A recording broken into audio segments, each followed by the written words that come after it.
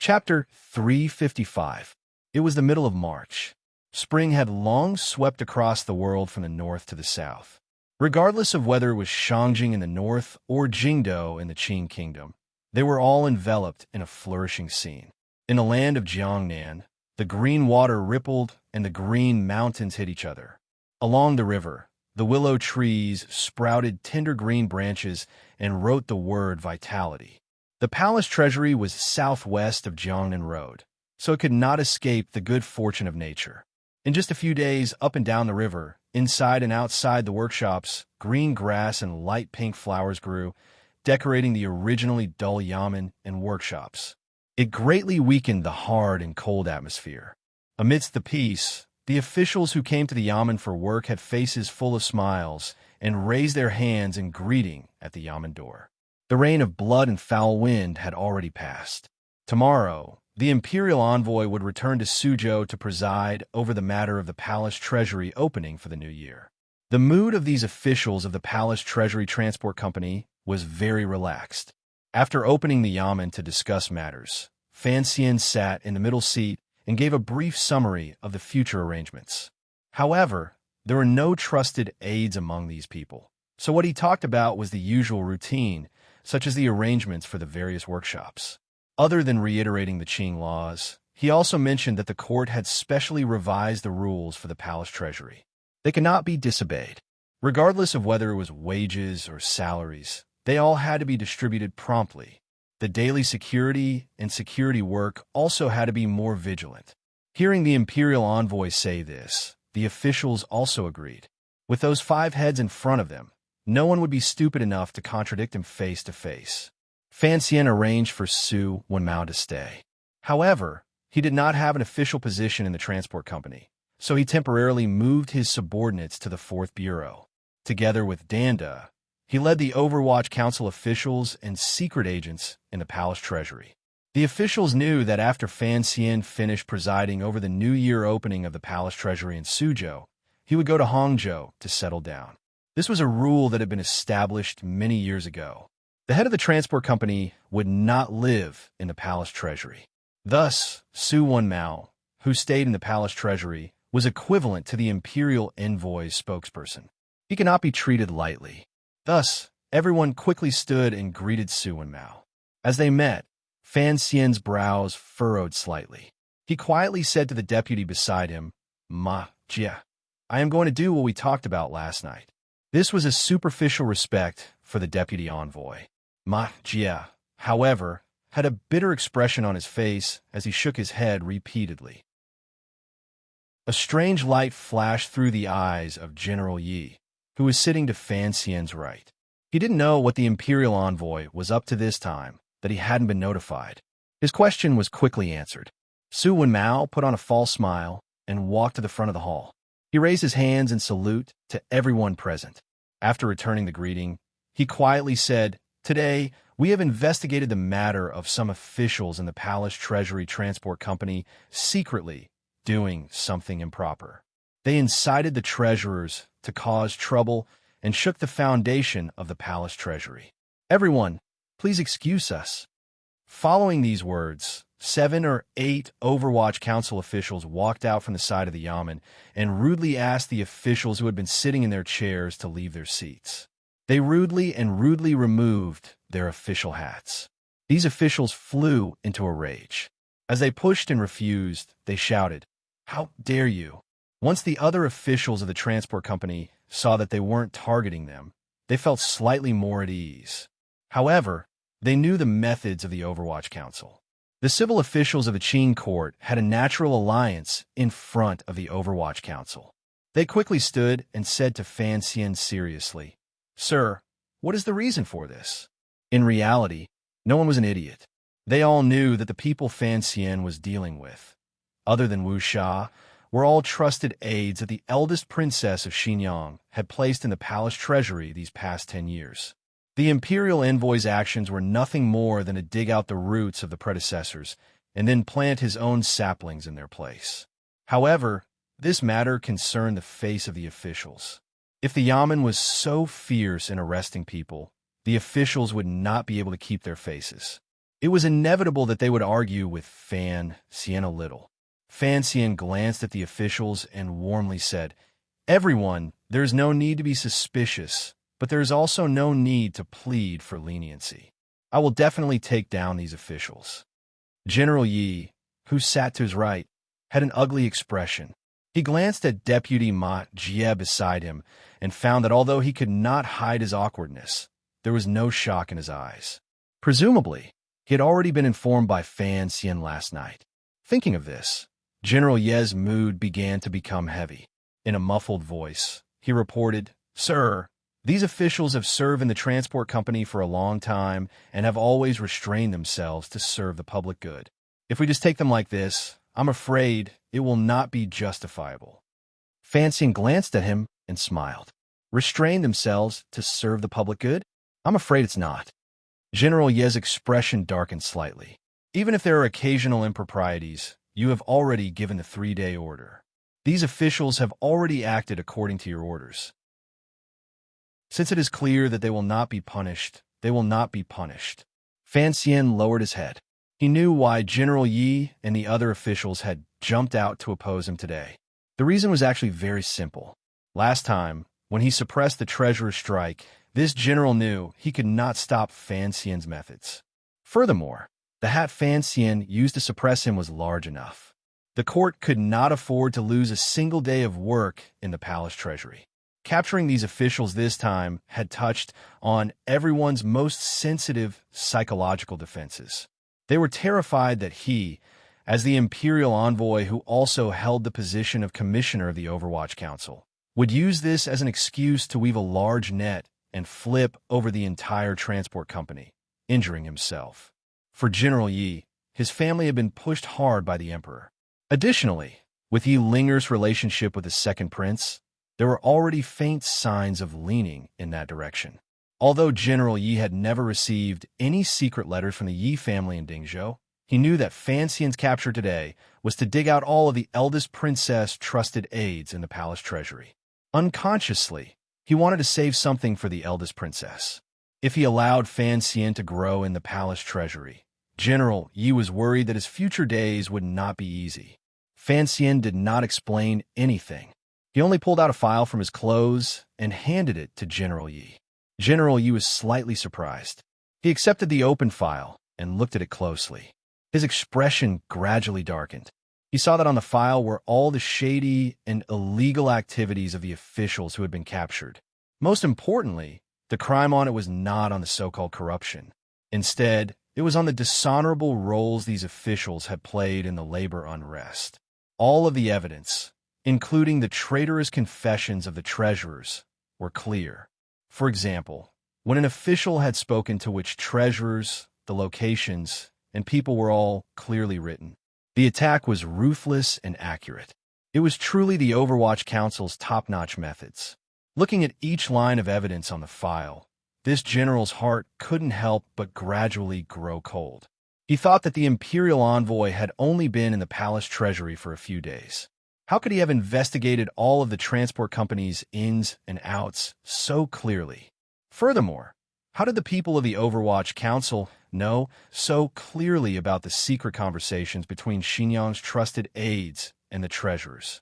Could it be that there were Overwatch Council spies among the treasurers? Thinking of this, General Yi remembered the legendary terror of the Overwatch Council. Those spies, who had already been described by the people as being like poisonous snakes in the night, were everywhere. He involuntarily began to worry about himself. Would there also be Overwatch Council spies in his manor? However, as the general in charge of the palace treasury's defense, he was not very afraid of the Overwatch Council. First, he was a third-level official. The Overwatch Council did not have the power to arrest him without asking for an edict. Second, as a member of the military, regardless of faction, the Overwatch Council saw the power of the Qin Kingdom's military and had to give them some face. On the matter of the labor unrest, General Yi thought he had performed well enough. Today, it truly involved the eldest princess face, as well as the matter of the princes in Jingdou. He forcefully resisted the unease in his heart and stood. He bowed to Fan Xian and said sincerely, "Sir, this." After all, he was a general, so he didn't know how to organize his pleas. Fan Xian smiled and looked at him. He shook his head and said, "There's no need to plead." General Yi was terrified that Ding Zhou was still not willing to send a message.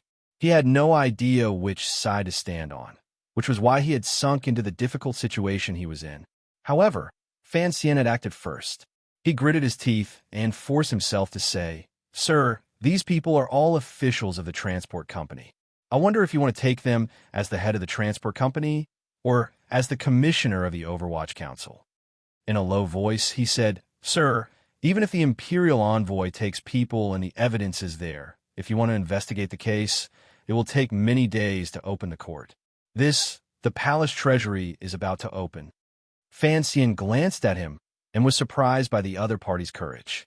After thinking for a moment, he understood. If he wanted to take these officials, the method he used was very particular. If he used his identity as the commissioner of the Overwatch Council to investigate the case, then once it got back to Jingdo, it would draw the court's attention.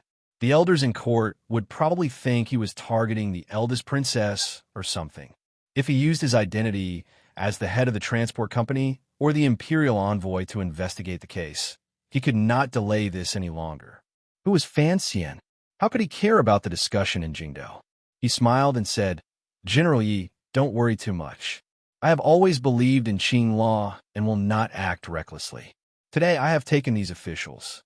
For the sake of fairness, I will not personally investigate the case." General Yi was slightly startled. As long as you don't personally investigate the case, no matter who investigates, it will depend on Jingdo's inclination. With Fan Xian's promise, he could answer to Jingdo, so he hesitantly retreated. However, he was curious as to why Fan Xian was not personally investigating the case. Was he going to lock these officials up in the palace treasury? They couldn't keep them locked up forever. The court would eventually send an inquiry. "I will take them with me on the road," Fan Xian said. The palace treasury is also a part of the court. Although it has never had much interaction with the officials in court, in terms of rules, it is still managed by Jiangnan Road. He gazed at the many uneasy officials in the hall and comfortingly said, "I know what everyone is worried about. Don't worry, I am not a vengeful person. Just as I said to General Yi earlier, for the sake of fairness, I will not personally interrogate these people. Instead, I will hand them over to the governor of Suzhou." He smiled slightly and said, "With Sir Shui investigating the case, presumably no one will have any more misgivings." He looked at the eldest princess trusted aide who was still confronting the Overwatch Council officials in the hall. A glimmer of anger flashed across the corner of his lips. When did catching people become a game of eagle catching chicks? Su Wenmao's face reddened slightly as he glared fiercely at his subordinates. The Overwatch Council officials felt ashamed in their hearts. They went forward and used a few Foshan shadowless kicks, kicking the palace treasury officials who were still crying out for injustice and refused to submit to the ground and tying them up. The officials in front of the hall couldn't help but shake their heads. They had wanted to persuade the imperial envoy to at least leave some face for the officials.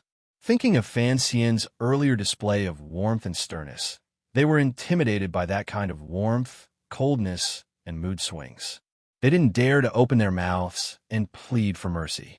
As a subordinate, they were not afraid of their superior's cruelty. They were afraid of their superior's moods and not knowing when they would pull out that knife again. Fan Xian's last opening of the palace treasury yamen thus ended. After the hall dispersed, he asked Deputy Ma Jie to stay behind. The two of them sat in the garden behind the manor. As they got close to the scent of spring, they talked about some matters that carried the chill of autumn. "Don't blame me for being too ruthless." Fan Xian rubbed the slightly dry corners of his eyes and said, "Since they dared to make a move at the beginning of my tenure, then don't blame me for taking down their black veil." Ma Jie smiled bitterly. Although in name, he and Fan Xian were deputy, and it appeared that there was not much of a difference in rank, he knew that in reality, the power in the hands of the young master in front of him was shockingly great.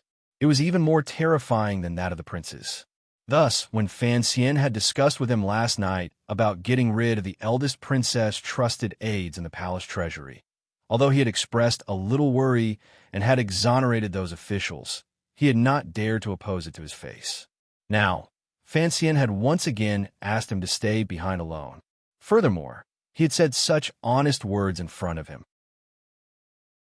Ma Jie knew that Fan Xian was preparing to raise him as a trusted aide. While he was secretly happy, he was also a little worried. After all, no one knew who would win in many years between this young master in front of him and those elders in Jingdou. The court officials were also very sensitive to the ownership of the dragon chair. Although it looked like the crown prince would ascend the throne, the emperor's behavior these 2 years had been too strange, so no one dared to completely believe it. If it was the second prince ascending the throne, everyone knew that Commissioner Fan and the second prince did not have a good relationship. If he was determined to follow Commissioner Fan and the second prince inherited the throne, he would certainly not have a good end. This was what Ma Jie had been secretly worried about. However, he also knew that although one had to suck up to both sides in officialdom, when it came to important matters such as choosing sides, the biggest taboo was to be an opportunist. Today was the last day before Fan Xian left the palace treasury. Talking to him again was, of course, to make his attitude clear. Ma Jie had thought about it all night, so he was not very flustered. Calmly, he said, "Everything you have discussed is what I have requested. I will immediately write 2 documents on this matter. One will be sent to the Hall of Governmental Affairs. The other will be sent immediately on horseback to the Suzhou governor's manor. Please do not worry." Hearing these words, Fan Xian knew that Ma Jie knew to tie his thigh. He was even willing to use these 2 documents to share the criticism that Fan Xian might receive. He also wanted to use this to show the people in officialdom where he stood. He had made up his mind. He glanced warmly at Ma Jie and said, "Sir Ma is considerate." Ma Jie smiled slightly and replied, "As the deputy of the palace treasury, I should be investigating the officials under me. For them to cause trouble this time, it is already my dereliction of duty." Fan Xian smiled. A moment later, he opened his mouth and said, "Does Sir Ma think that my handling of the matter today was appropriate?" Ma Jie thought for a moment and then respectfully replied, "Sir, you have thought far ahead. It is indeed a good plan.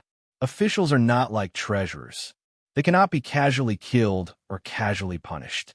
If the case was tried in the transport company's yamen, it would take too long. It would also easily attract criticism. Tomorrow, you will take these criminal officials to Suzhou and hand them over to the governor for interrogation. Governor Shui is a pillar of the country. He has a powerful official reputation and admires you. He will certainly be able to help the court investigate this case and give the emperor a good explanation." Fan Xian gave a silent praise in his heart. This deputy had indeed guessed his thoughts clearly. Fan Xian was going to find a way to get rid of Xinyang's trusted aides in the palace treasury. Although the strike this time had given him a good excuse, if he completely did it himself, it would not be appropriate. The matter involved the eldest princess, princes, and other nobles in the palace. Throwing this hot potato to that super-ranked official was a clever move. First, the Jiangnan road governor had jurisdiction over this matter. Second, although Shui Qing would secretly curse him, as a border official, his position was different. He was not afraid of the eldest princess far away in Jingdou. On the contrary, he would be wary of Fan Xian deep in the heart of Jiangnan. Weighing the two, Shui Qing should know very well what he should do. Before coming, Shaoan had mentioned to me that this cousin of mine has the talent to save the world. After getting to know each other these days, it seems that Shaoan was indeed not boasting. Fan Xian smiled and changed the topic. He once again began to use Ran Shaoan as a middleman to close the distance between the two of them. Ma Jie smiled and said, 2 years ago, when the commissioner entered the capital, you and Shaoan hit it off at first sight. When Shaoan sent letters, he often mentioned your shocking talent, and that in the future, you will definitely be an official who can save the world. The deputy and principal chatted happily and gave each other high hats and flattery. They also agreed on the procedures for future trips to the palace treasury. Then, they raised their hands and bid farewell. Seeing him to the door of the garden, Fan Xian looked at Ma Jie's slightly bowed body and blinked his eyes. It looked like there were indeed a number of powerful figures in court. However, those people lacked many favors from his previous life, so they didn't have many opportunities to display them. After today's matter was settled, the palace treasury would have no major problems. He also felt relaxed. Furthermore, the work of stuffing trusted aides into the transport company would gradually begin in the middle of the year. With Ma Jie's help, this matter would go smoothly. At this moment, Fan Xian could not guess what it was that made Ma Jie choose him and not the legitimate prince. This was certainly not something that could be swayed by the close relationship between Taichung Temple's vice official, Ren Shaoan. In reality, the reason for Ma Jie's defection was very simple. Because of the relationship between the third prince and Fan Xian, it made him make a large bet concerning his future career as an official and the rise and fall of his family. He bet all of his silver on the little one.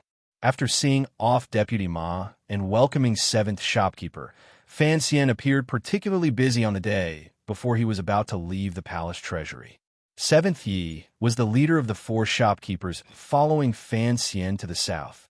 Now, he was already a director of Qingyu Hall. These years, he had been helping the Fan Manor earn money. He was on good terms with Fan Xizha and was also very familiar with Fan Xian. Thus, there were some things that he didn't even dare to probe the other shopkeepers into, but Fan Xian was able to directly say them in front of him. The old man and the young man gathered together and whispered to each other. It was always about the future management and production of the palace treasury. Fan Xian knew that he was a layman in terms of production management, chemistry, and physics, so he delegated all of the authority in this area to Seventh Yi.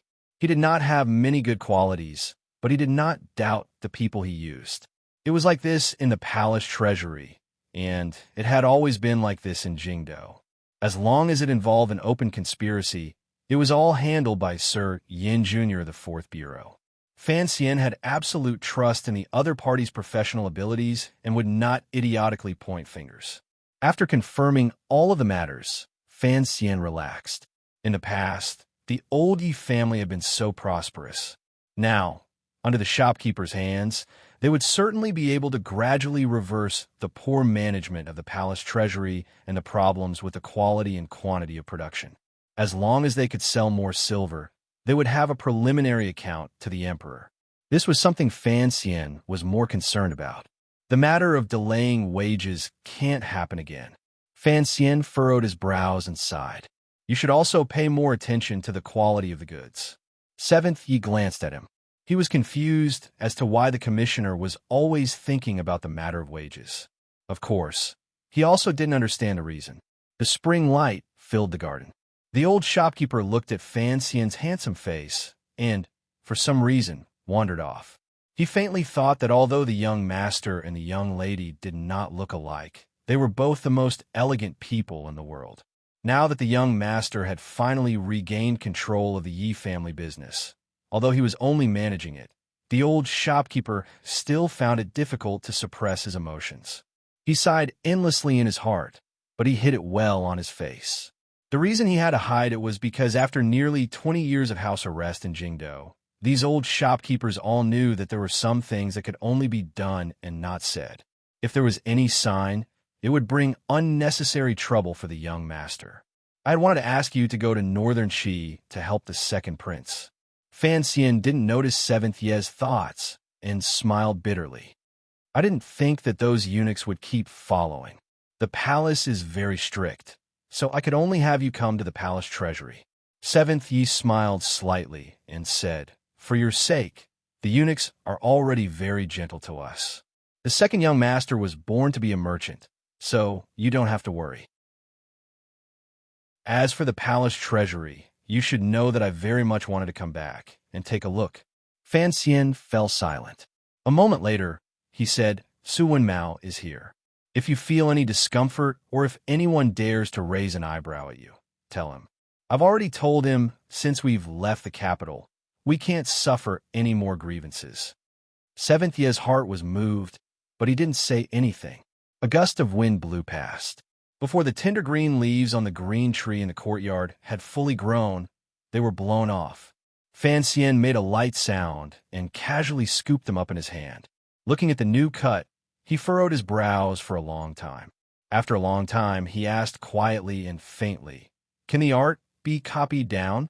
Seventh Ye's body trembled slightly. A moment later, he shook his head.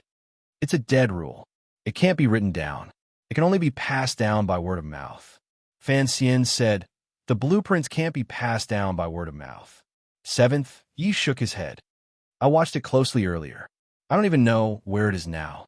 Fan Xian thought for a moment. A slight smile rose to his face. "In a few months, come to Hangzhou and tell me about it. My memory is very good." To be continued. If you want to know what happened afterwards, please log on to www.cmfu.com. More chapters. Support the author. Support original reading. Chapter 356. The wheels of the four-wheeled carriage rolled over the grass that had just sprouted on the official road. When they collided with the cracks of the stones on the road, they made a creaking sound, which matched the sound of the reeds in the carriage, as if they were singing cheerfully. The road out of the palace treasury was filled with a joyous scene. Little birds flew quickly in the distant forest beside the paddy fields. The green rice seedlings revealed their slender and shy bodies. The weeds beside the paddy fields looked at them disdainfully. There was an endless stream of carriages on the road, and cargo ships came and went on the river. They transported the products of the palace treasury through various channels and sold them to the people of the world. It was a lively scene. A group of carriages, led by soldiers, easily passed through the innermost inspection line. Originally, the wagons on the official road did not dare to fight with this group of carriages and unconsciously stopped. However, someone in the group of carriages took a few glances and seemed to have found that there were too many goods coming out of the palace treasury today, and the traffic was busy. He ordered his group of carriages to stop on a patch of grass by the side of the road and, surprisingly, let the wagons go first. In the second to last carriage of the group of carriages were the pitiful Palace Treasury Transport Company officials who had just had their black gauze removed and official robes taken off yesterday. These officials were all trusted aides the eldest princess had placed in the palace treasury. Although they had thought that their days would not be easy after Commissioner Fan took office, they had not thought that Fan Xian would not give the officials and his mother-in-law any face. He had very straightforwardly captured them. Furthermore, the reason he had used was the labor unrest. These officials now knew that they had fallen into Fan Xian's trap. Their hearts were filled with fear and unease. However, Fan Xian did not immediately open the court to try the case. These officials all had friends and knew last night in the prison that Fan Xian was prepared to bring them to Suzhou and hand them over to the Jiangnan governor, Xue Qing, to be personally interrogated. Hearing this news, the officials' moods improved slightly. As long as they didn't face the Overwatch Council's tiger stool and pepper water, how could this case be so easily settled? Even if the Overwatch Council had the confessions of the treasurer's betrayal, as long as they refused to admit it to the death after they arrived in Suzhou, Xue Qing, Sir Xue, would have to give the eldest princess some face.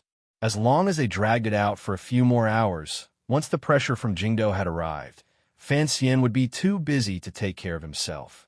Presumably, he would not pay any more attention to them. Why did Xue Qing have to be interrogated? Haiding leaned against the window and furrowed her brows slightly.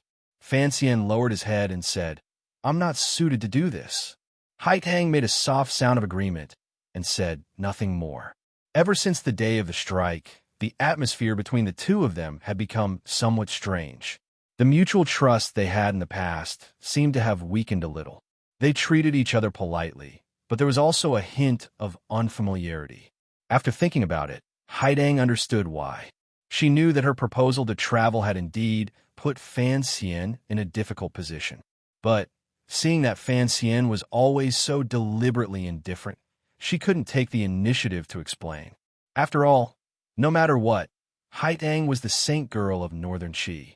Her status was extraordinary, and Fan Xian's pride touched her pride. Thus, the two of them maintained this awkward exchange. "I want to confirm again. Have a silver arrived yet? Fan Xian frowned. A faint smile rose to Haitong's face. It was as if she was mocking Fan Xian's worry about personal gains and losses. Quietly, she said, I said it last time in Suzhou. Why are you so worried? Perhaps you don't trust me now? Fan Xian suddenly felt the atmosphere in the carriage was somewhat oppressive. In a low voice, he said a few words to Cece beside him, and then lifted the curtain to disembark. Cece tilted her head slightly and looked curiously at Haidang. She didn't know how this famous girl had offended the young master. She had seen clearly these few days that although the young master and Haidang did not have any romantic feelings, at first their behavior was very much like that of a close friend of many years. These few days, he had been a bit strange. Haidang was puzzled by Cece's gaze. She suddenly smiled and said, What are you looking at? Cece said without good humor, You're only allowed to look at me, not me looking at you. Haidang smiled and shook her head. Out of habit, she moved her hands to her waist and found that they were empty. These few days, she had been wearing the clothes of a serving girl and not the patterned jacket she was used to wearing. There were no two large pockets in front of her. She gazed at Cece and teased, I'm looking at you because I want to see what the girl Fan Xian looks like. These words were the truth. Haidang had always been confused. Her good friend C. Lily was clearly the most beautiful girl in the world. Why was Fan Xian able to maintain his calm in front of C. Lily and purposely maintain his distance? Even after that wild night, he did not have any longing for C. Lily. They had been in Jiangnan for dozens of days, yet Fan Xian had not asked her a single question, such as how C. Lily was doing recently. No matter how heartless a person was, he would not be so cold toward a beautiful girl he had shared a night with and the blessing of being in the same carriage. Thus, Haidang even began to suspect that Fan Xian had some hidden illness, like the emperor. However, Fan Xian had taken Cece into his room. On this trip, Haidang knew that Cece, the serving girl, was someone in Fan Xian's room, so she felt it was strange. After looking at her these days, she still could not see what was so special about Cece. Her appearance was only dignified and delicate, far from C. Lily's soft charm and fullness.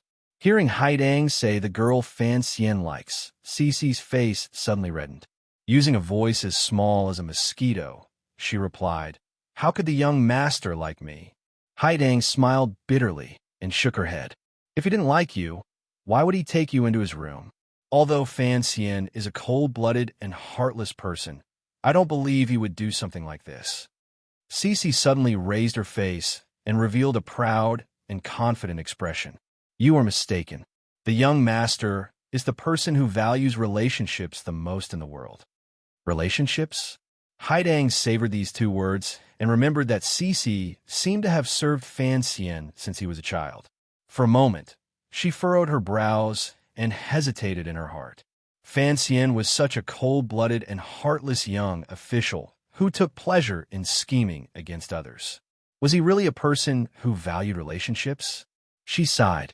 Because there were no large pockets on her clothes, she could only regretfully roll up her two sleeves and ask, Miss Cece, why were you staring at me earlier? In reality, Cece had some conflicting feelings towards Haidang, who had been inseparable from the young master for the past few days. After all, she was not the young mistress and was an enemy of Northern Qi. But later, after interacting with her more, like many people who had interacted with Haidang, Cece also easily liked this girl who was gentle in speech, bright in conduct, and straightforward in temperament. Haidang was a person of noble status. Although her face appeared indifferent, and she did not speak much, she treated people with sincerity. No matter what status someone had, she would treat them equally. Furthermore, it was a respect and a quality that came from her bones, such as Cece, who was still a servant girl. Just this point alone made her surpass the rest of the world. Hearing Haitang's question, Cece couldn't help but cover her mouth and smile. Just as you think, I also want to see what the young master looks like. The carriage quieted down. Haidang opened her large, bright eyes and looked at Cece like she was looking at a cute little animal. A moment later, she put her hands in her sleeves and shrugged. Do the Hu people not kill people? The Western Hu and the Northern barbarians had slaughtered countless Chinese people over the centuries. Their evil reputation had spread far and wide. Cece replied firmly, "Impossible." Haiding blinked slowly and smiled. "It's the same principle." A light breeze brushed past Fan Xian's face, telling him that it was spring. He closed his eyes and welcomed the breeze in his face. Smelling the scent of life in the wind, he was very pleased. The green leaves of the forest on the other side of the paddy field in front of him rustled in the wind. Suddenly, his eyelids moved slightly. He heard a rustling sound coming from behind him. It was not the wind rustling through the trees, not sweeping the street, not throwing dice, not writing with the tip of a pencil, and not eating the mulberry leaves in spring. It was her walking. The village girl was walking. Fan Xian didn't open his eyes. Slowly, he said, "Why is it impossible?" Haidang calmly walked to his side and used one word to express her question. Her lightness was very much like the blind man's question to Chen Pingping many years ago. The corner of Fan Xian's mouth twitched. "Why do you think it's impossible for me to like you?" According to the council, the Empress Dowager of Northern Qi is already anxious about your marriage. Haidang put her hands in her sleeves and stood by his side. Looking at the cattle in the paddy field in front of them, she smiled slightly. She knew that her conversation with Cece in the carriage had been completely heard by him. She opened her mouth and said, "Looks like your Jinchi has recovered well." Fan Xian opened his eyes and stared at a little bird that had landed on the back of a cattle. With a smile, he asked, "What I'm asking is why it's impossible for me to like you." Haidang turned her head to glance at him and found that he was asking this question very seriously. She couldn't help but reply helplessly, "I always like to be so flowery, but I can't really take advantage of you." Fan Xian was silent. He thought of the conversation he had with Seventh Yi yesterday. After his rebirth, there were many things he could only do and not say. However, with Haidang, it seemed that he could only say it and not do it. He couldn't help smiling and said, "I'm just curious as to why you're so sure." Haidang smiled slightly and said, "In Shangjing, you once said that all men, or perhaps male animals, think with the lower half of their bodies. I don't think I have that kind of appearance to attract your attention. After all, my identity is different. You have restraints, and you can't gain any benefits. How could you like me?" Haidang was the sage girl of Northern Qi, and Fan Xian was a powerful official of the Qin kingdom. The two of them could interact as friends. If they were to become a couple, the Northern Qi Empress Dowager and the Qing Emperor would certainly not allow such a thing to happen. On the contrary, it would bring harm to their plans.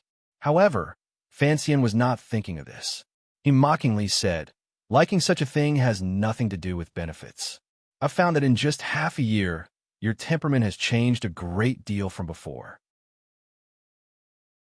When they were in Hangzhou, Fan Xian seemed to have said these words to Haidang.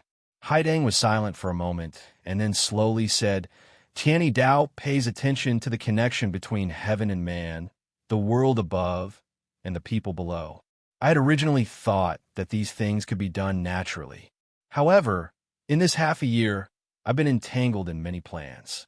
It is very different from the way of our sect, so it is inevitable that I am not used to it." Fan Xian nodded slightly and said in agreement, "This kind of scheming and scheming is indeed only suitable for people like me.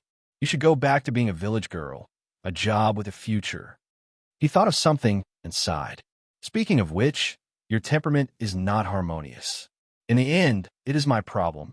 If I hadn't pulled you into the situation when we were in Shangjing, perhaps you would still be raising chickens and playing with donkeys in the garden." He turned to Haidang and smiled slightly. "Does this count as me leading you into the demonic path?" "What is the demonic path?" Haidang replied calmly. "It is only a demon in one's heart. With desires comes loss. Although my desires appear grand, they still have losses. This is the so-called way of nature."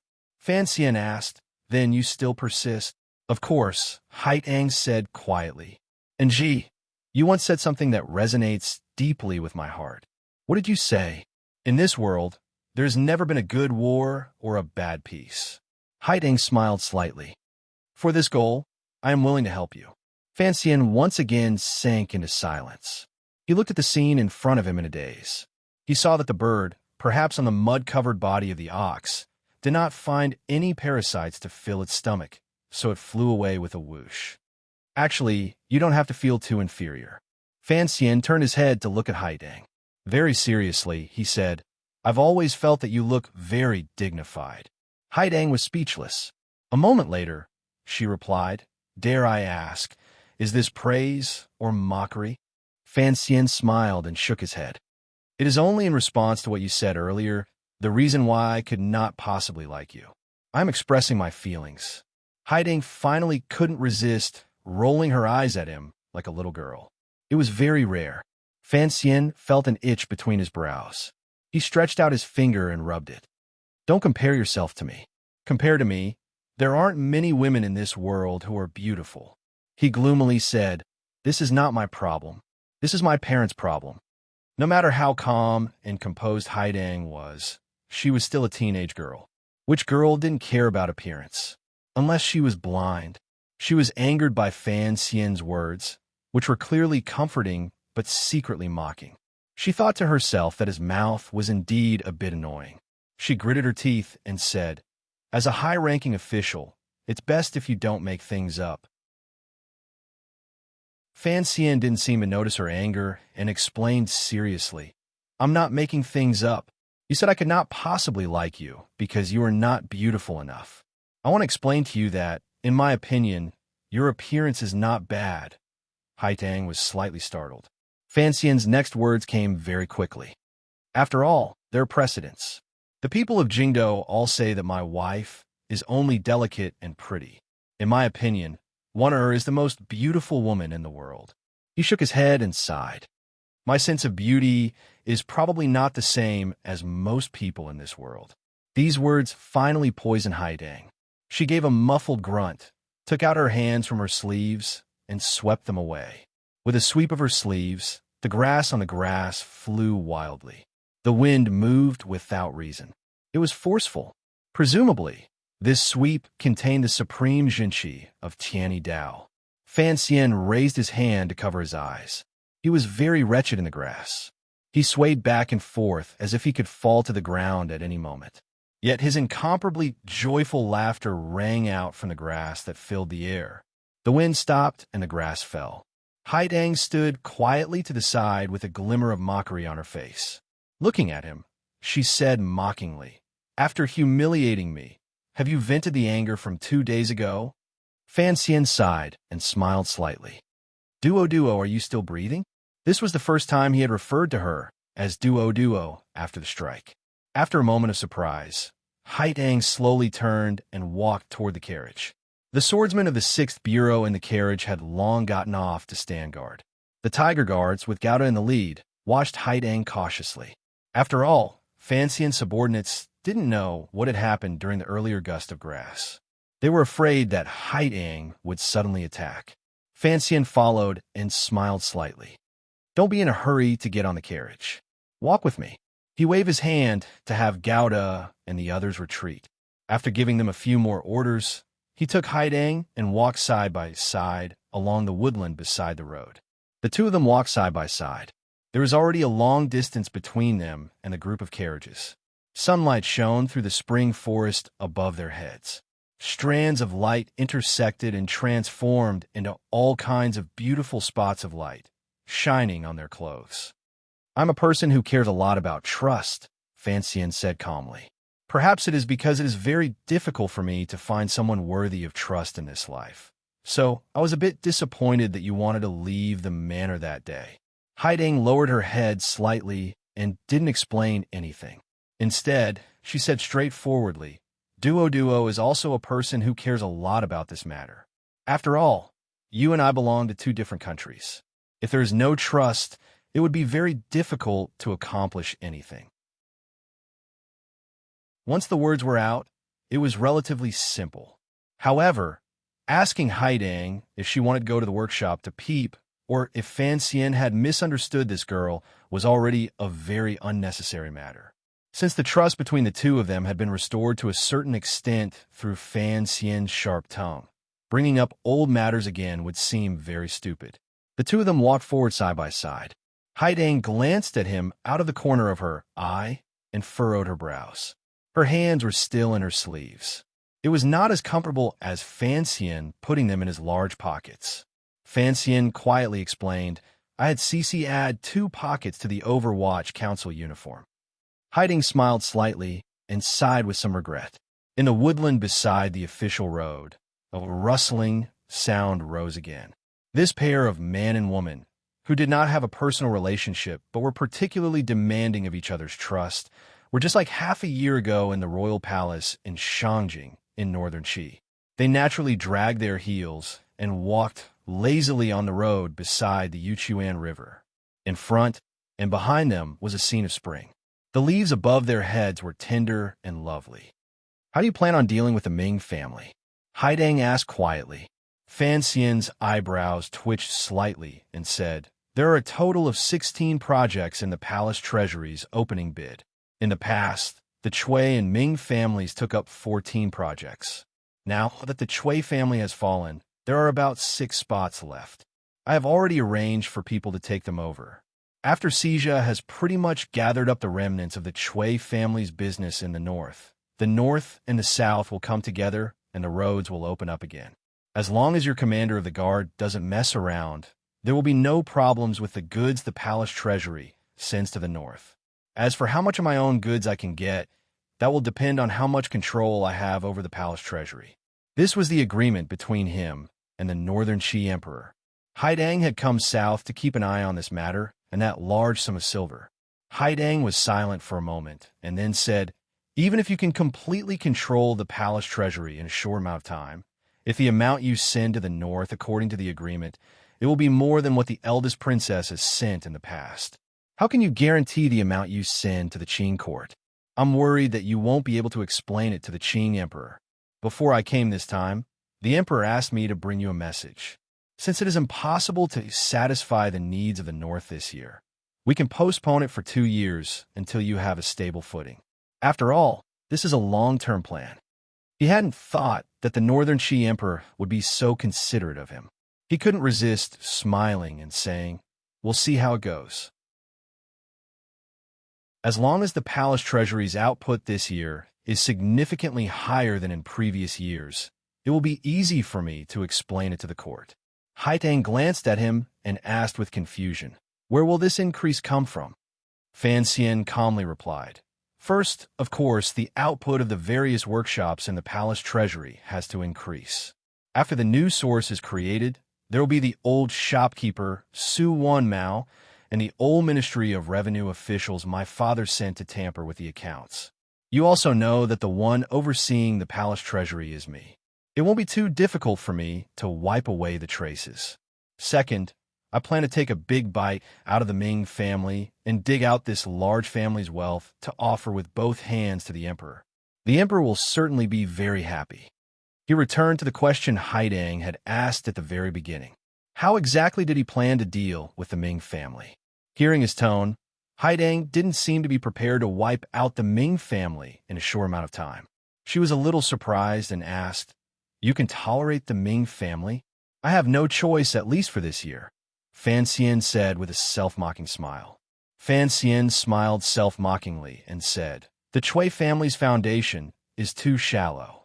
Their battle lines are spread too far, so the Overwatch Council can succeed in one battle. However, the Ming family is a century-old family. Long before the palace treasury, they were a famous Jiangnan family. Their foundation is very solid. A large family of tens of thousands of people. Who knows how many of them are officials in court? If we use thunderous methods to deal with them, I'm afraid Jiangnan Road will fall into chaos. The most important thing is the eldest princess, crown prince, and second prince all have shares in it. Perhaps you won't believe it, but even the Fan family has a position in it. Furthermore, they send heavy gifts to Jingdo every year. The various ministries and even the Bureau of Military Affairs have a very good impression of the Ming family. They have always kept a low profile.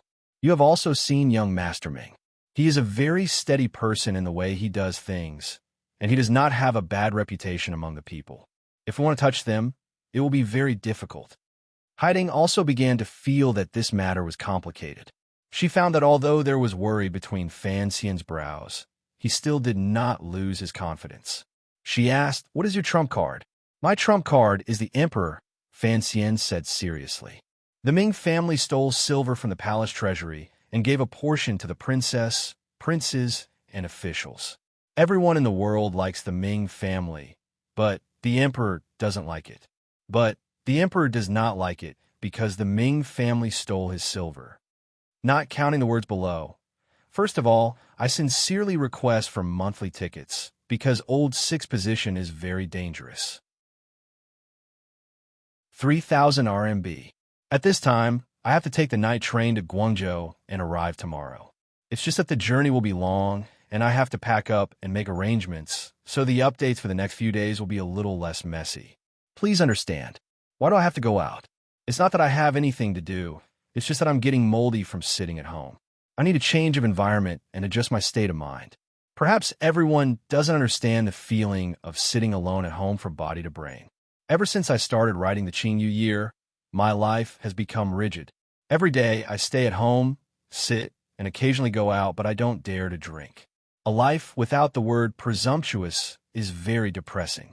Lying on the bed, Wu Zhu and Fan Xian were still fighting in their heads. At 30 years of life, they finally understood the feeling of insomnia. Of course, I think this is a necessary professional attitude and occupational disease for writers. Other than a professional attitude, I need to adjust, so I decided to stay in Canton for a few days. It won't be too long, and it won't affect my writing. I just need to go out for a walk. The friend who wrote The Evil Ming is also in the same predicament, but he doesn't have time to drink with me. I also don't dare go to his place, so I can only go south. I hope everyone's body and spirit are not sub-healthy and smile more in life.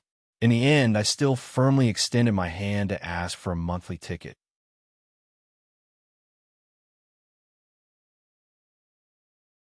Chapter 357. After hearing Fan Xian's analysis, Haitang felt slightly reassured.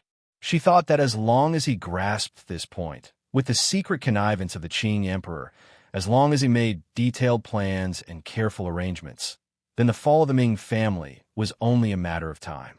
No matter how powerful a local noble family was, in the face of the powerful machinery of the country, it was still a weak egg next to a rock. This year's goal is to eat up the Ming family's silver, Fan Xian said. The palace treasury bidding needs to be pressured by the Ming family.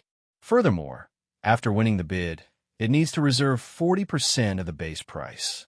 This spring opening, I will have people compete with the Ming family and raise the price so that the Ming family will have to pay a lot of blood. They will no longer have the ability to compete with me for the position the Chui family has vacated. At the same time, I will raise some quick silver and quickly fill it into the national treasury. How high are you going to raise it? Haitang asked seriously. Fan Xian smiled and said, "As high as I can go. You know I'm a very greedy person." Haitang furrowed her brows and said, "Since you don't plan on directly clashing with the Ming family, then you can only use the matter of opening the bidding to attack them. However, raising the price is not like shouting numbers into a dice box in a gambling den. If you raise the price too high and directly take it from the Ming family's hands, 16 items in the 3 large workshops of the palace treasury, 40% of the silver. Calculate how much silver you will need. How will you get it?" "It is clear bidding," Fan Xian explained. In order to prevent officials and merchants from secretly colluding, the palace treasury has always used clear bidding for the spring opening. Coincidentally, this has given me an opportunity. Since everything is done in the open, naturally I will. He thought for a bit and did not continue to hide anything. In a quiet voice, he said, "I will have Xia Qifei name a suitable price and then let the Ming family know." Xia Qifei? Haitang was slightly surprised. The head of the Jiangnan water bandits, a famous figure on the Jianghu. How could he listen to your arrangements to fight against the Ming family? You have to know that he was born and raised in Jiangnan. As for Xia Qifei's past, Fan Xian would not continue to explain. He only indicated that Xia Qifei was already one of his people. He then explained the problem of silver. Just as you said, the silver we have on hand is not enough to completely swallow up all 16 items of the palace treasury. Naturally, a portion of it has to be left for the Ming family. For one, it is to appease the other party. For another, it is to use that enormous sum of silver to trap the Ming family in Jiangnan and make it impossible for them to escape. Haitang asked curiously, "How can you be sure the Ming family won't cut their losses?" These past few years, they have already earned too much money. This time, anyone with a discerning eye knows that you have come to Jiangnan to deal with them. If you let Xia Qifei shout out a jaw-dropping high price, what if that old Ming master claps his hands and decides to stop playing? Wouldn't you suffer a loss in silence? Without a deposit, the Qing court will certainly not let Xia Qifei off easy. Fan Xian smiled coldly. Even if the Ming family vomits blood this year, they must still win the palace treasury bid. So what if their family has tens of thousands of acres of fertile land? In the end, they're just inanimate objects. How can they compare to the living water, fish, and grass of the palace treasury?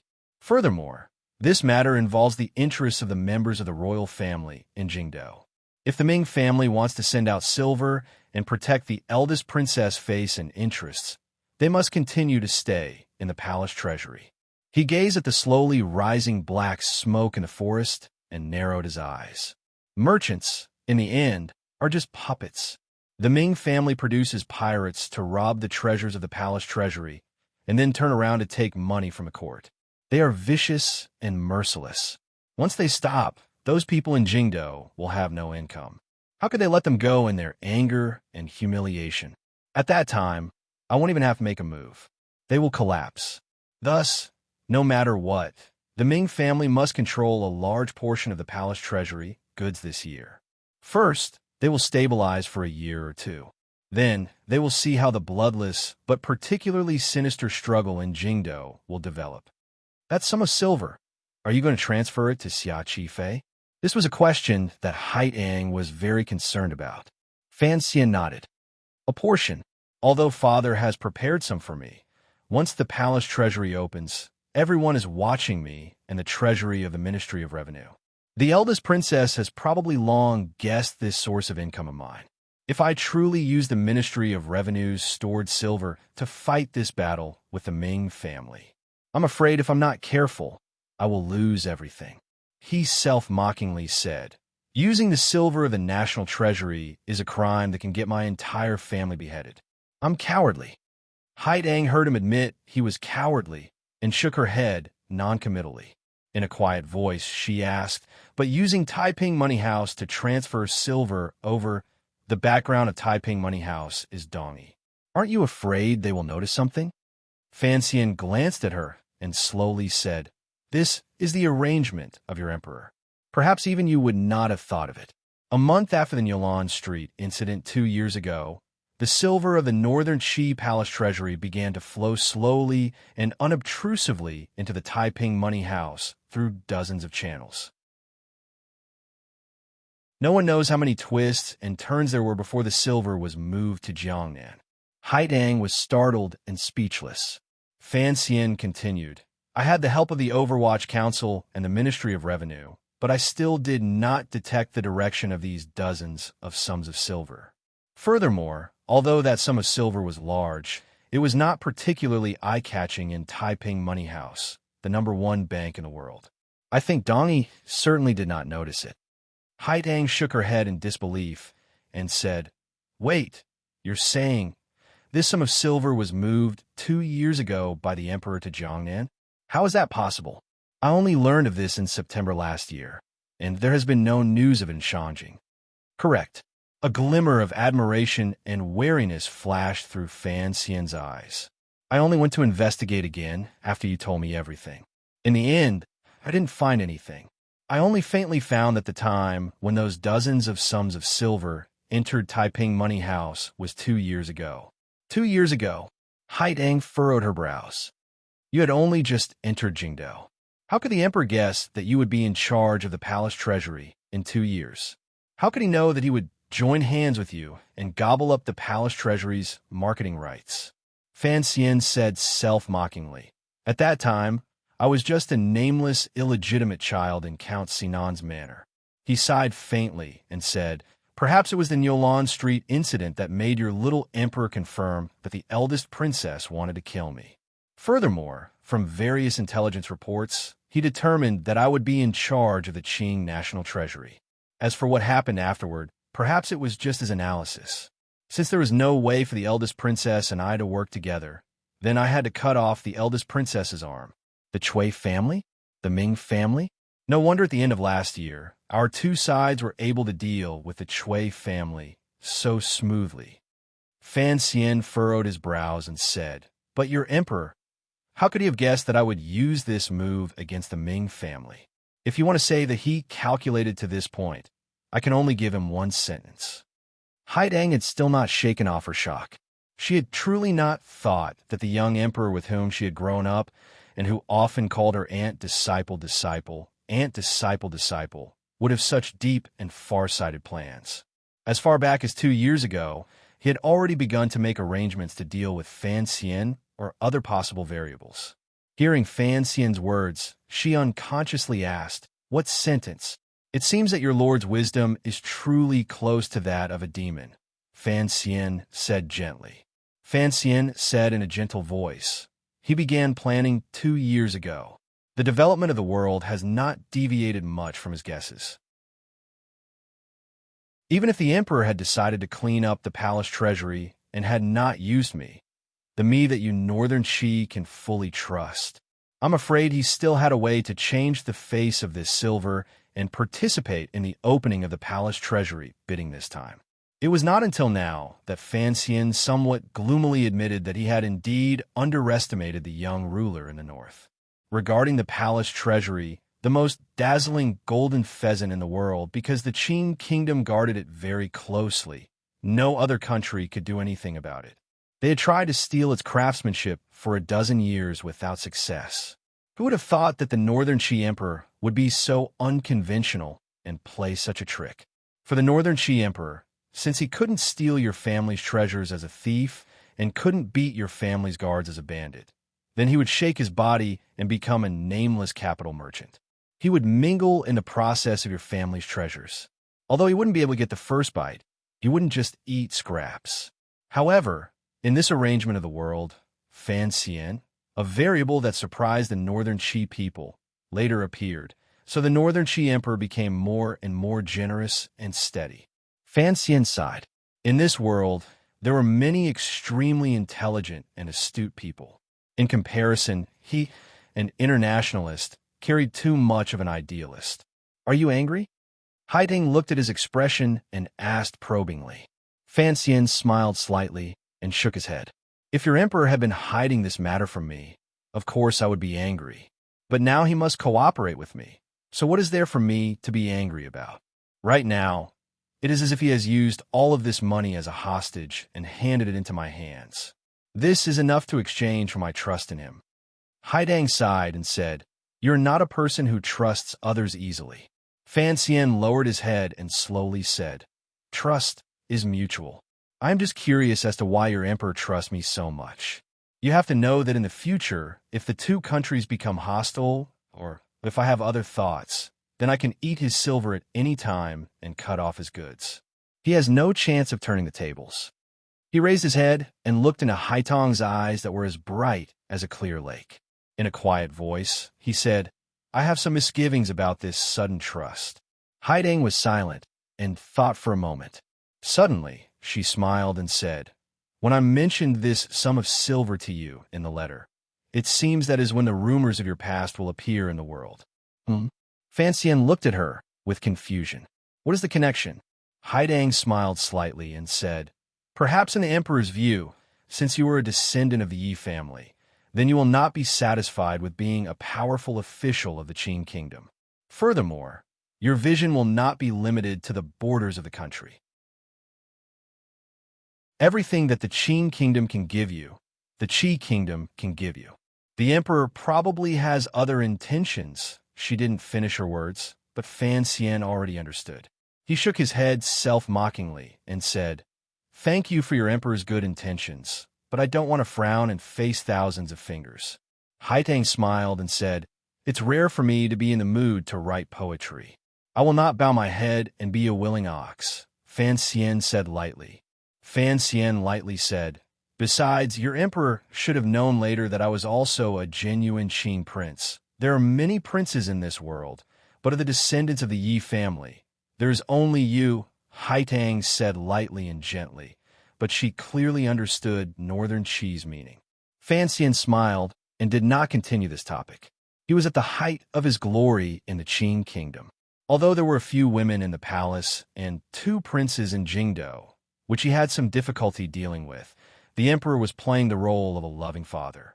He could not find a convincing reason to consider Northern Qi's invitation. "Let's go back to the beginning," Fan Xian said. "Why can't you like me? Why can't I like you?" Haitang was dumbfounded and angry. She wondered why this person was always entangled in this matter. In a cold voice, she said, Duo has never cared about the matters between men and women. In the realm of love, there is no difference between big and small, but there's a difference between up and down. I did not seek to destroy my feelings, but I will not consider this problem." Fan Xian understood that the girl was expressing the meaning of putting the people of the world first.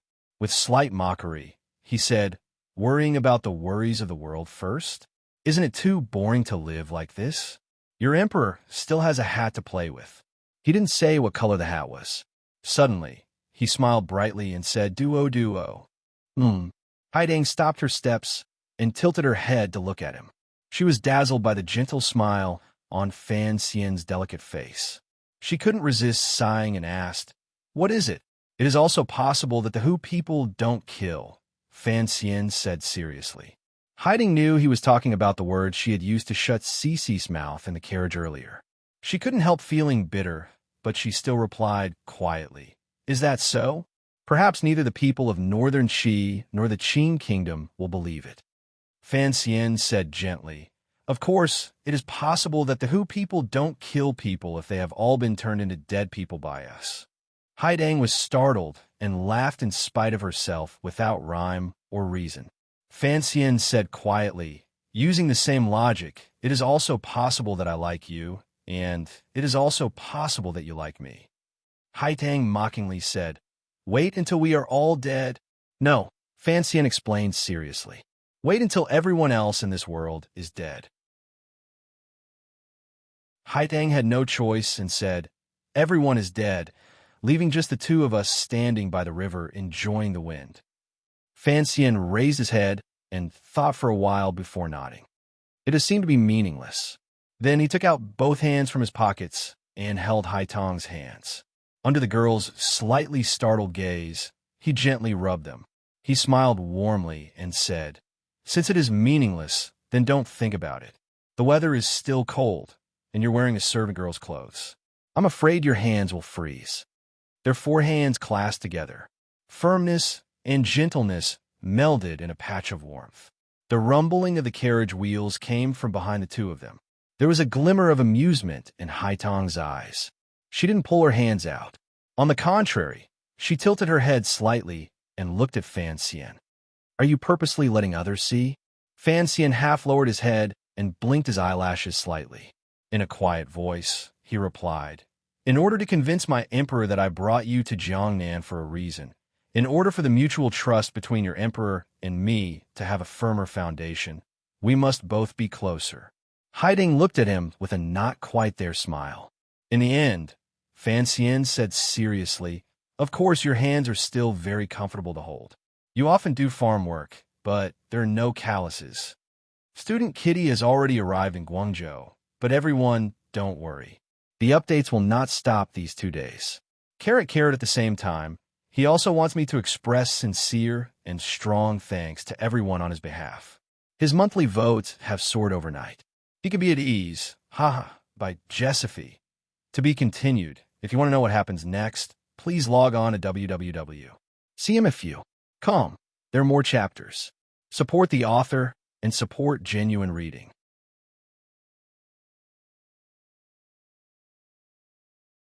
Chapter 358. The interior of Suzhou was a scene of prosperity. Tender green colors could be seen everywhere. It was not much different from the rest of the Qing kingdom.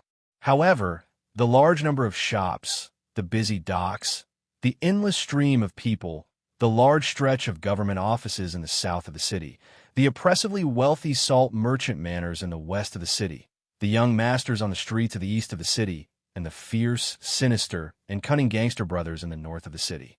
All of this formed a scene that was different from any other place in the world.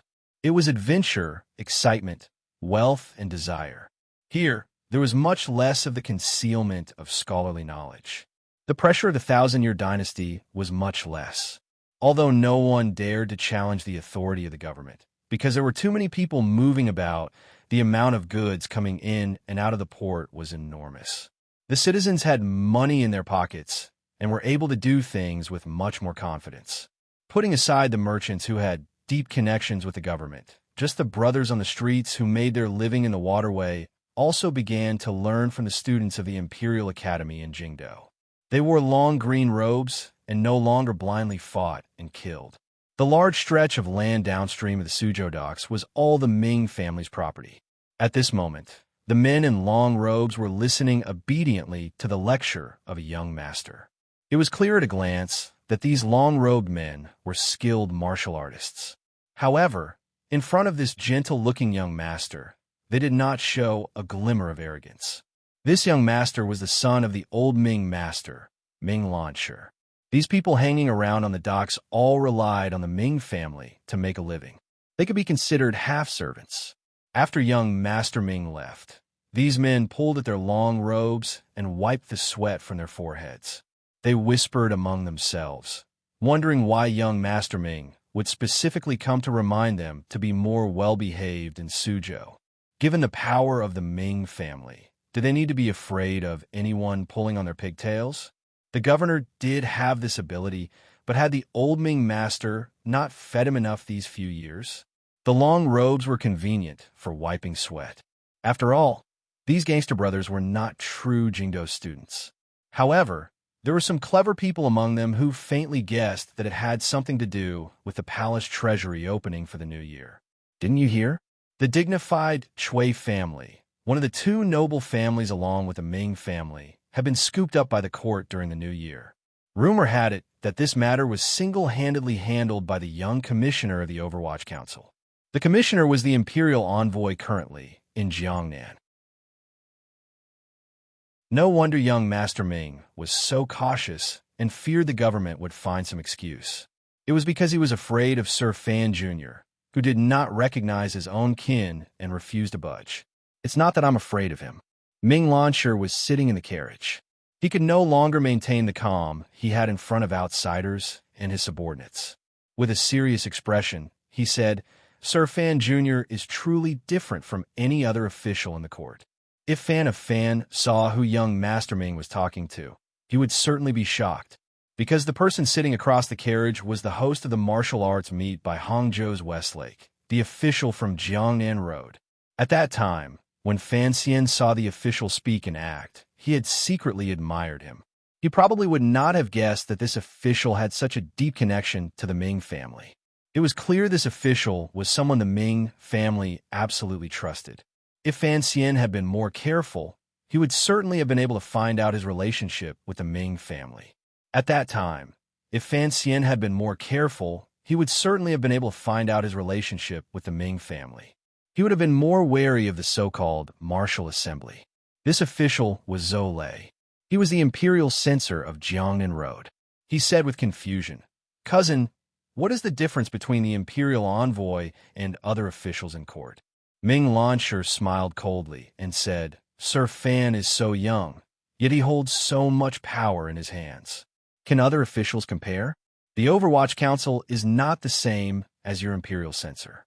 Now that he has the identity of an imperial envoy, there are no obstacles when he does things.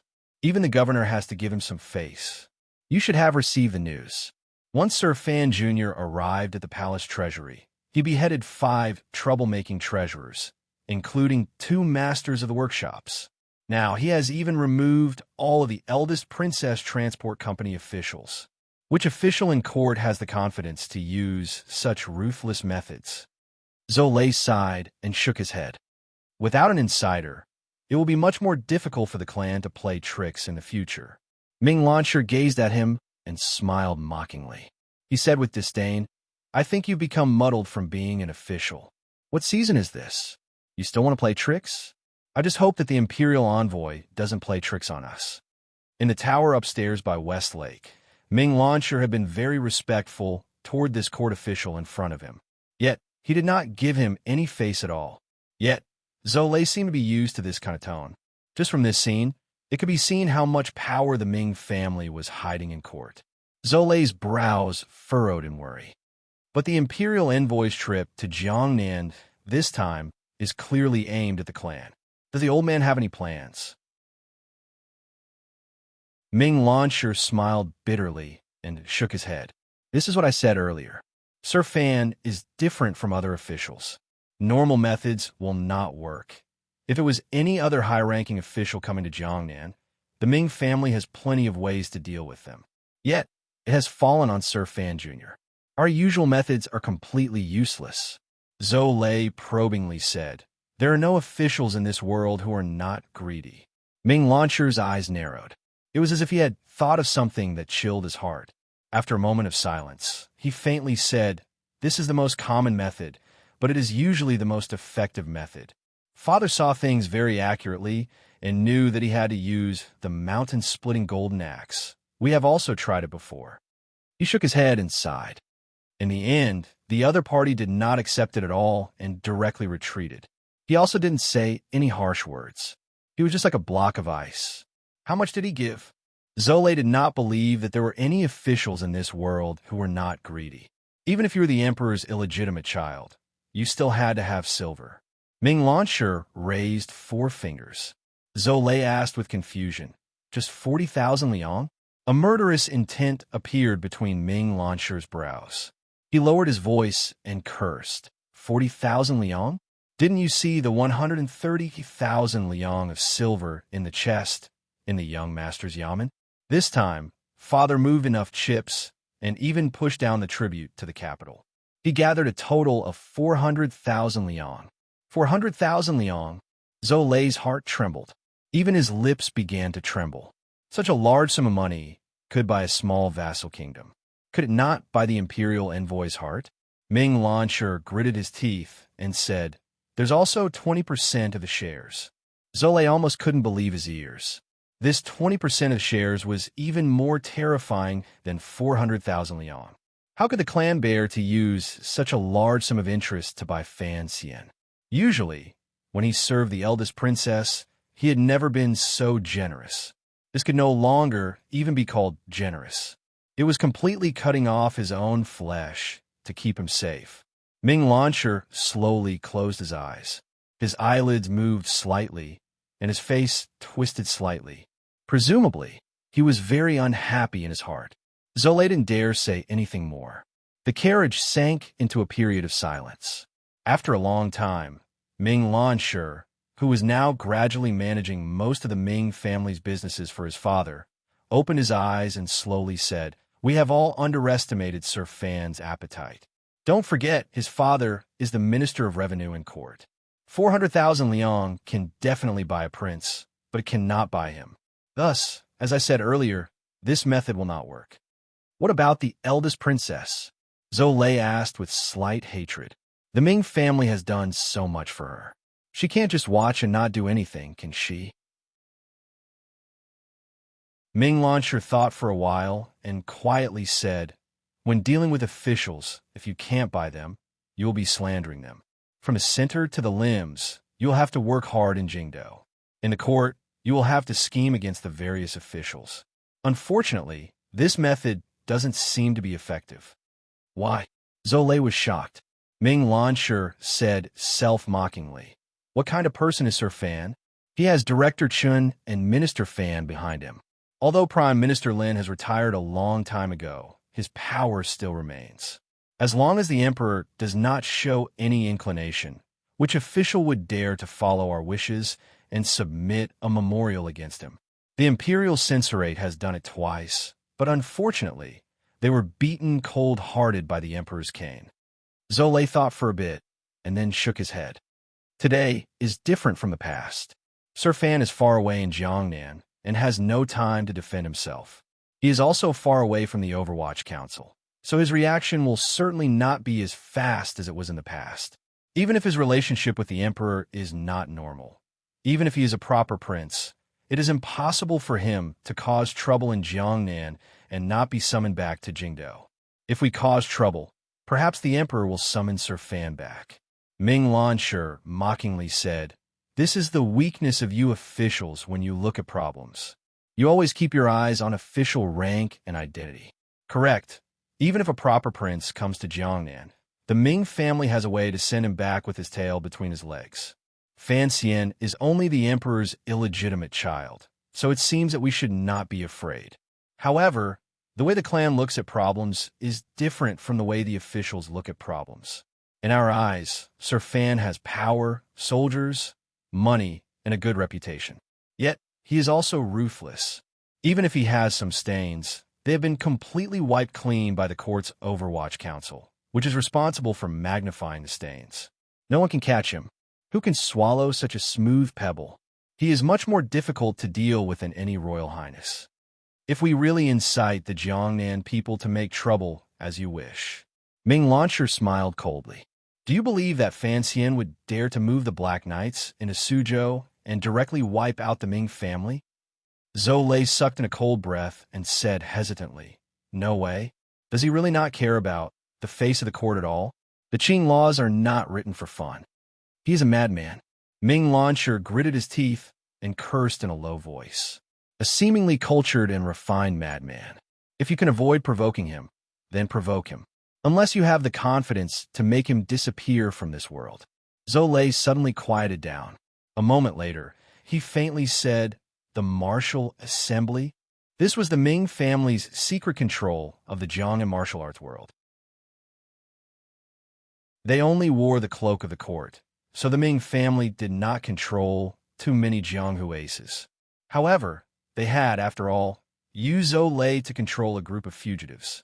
At this moment, he found that the Ming family could not do anything to the pebble-like imperial envoy. A vicious thought flashed through his heart, and he brought up this matter.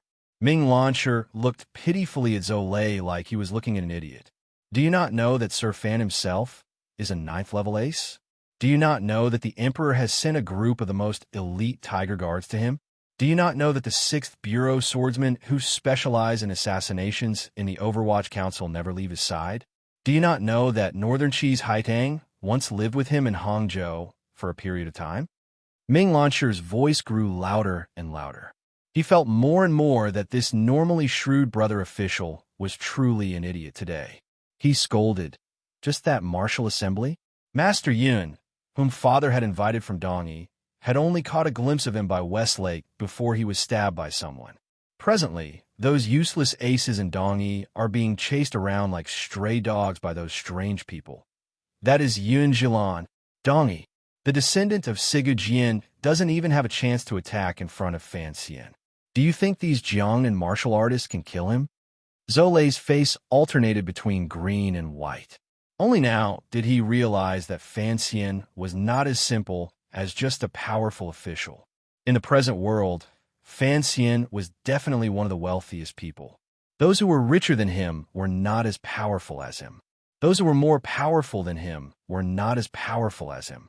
Those who were more powerful than him were not as shameless as him.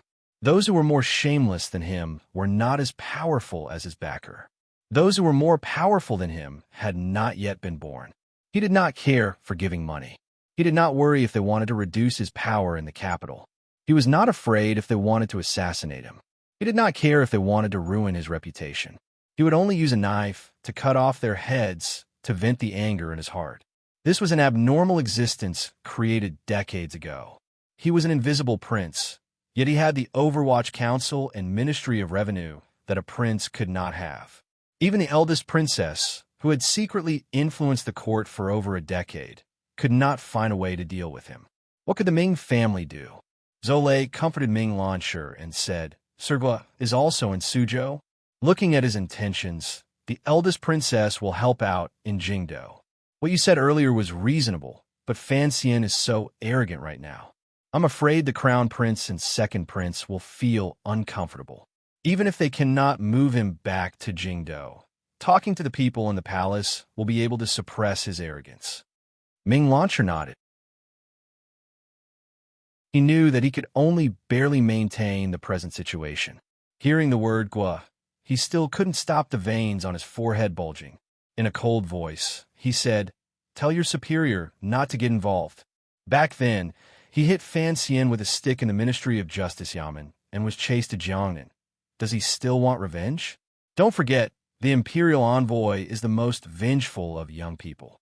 I just hope he doesn't get dragged down by that old white face, Guozhong. The battle for monthly votes is truly cruel. The chase from behind is too close, so I still have to smile and extend my hand to ask for monthly votes.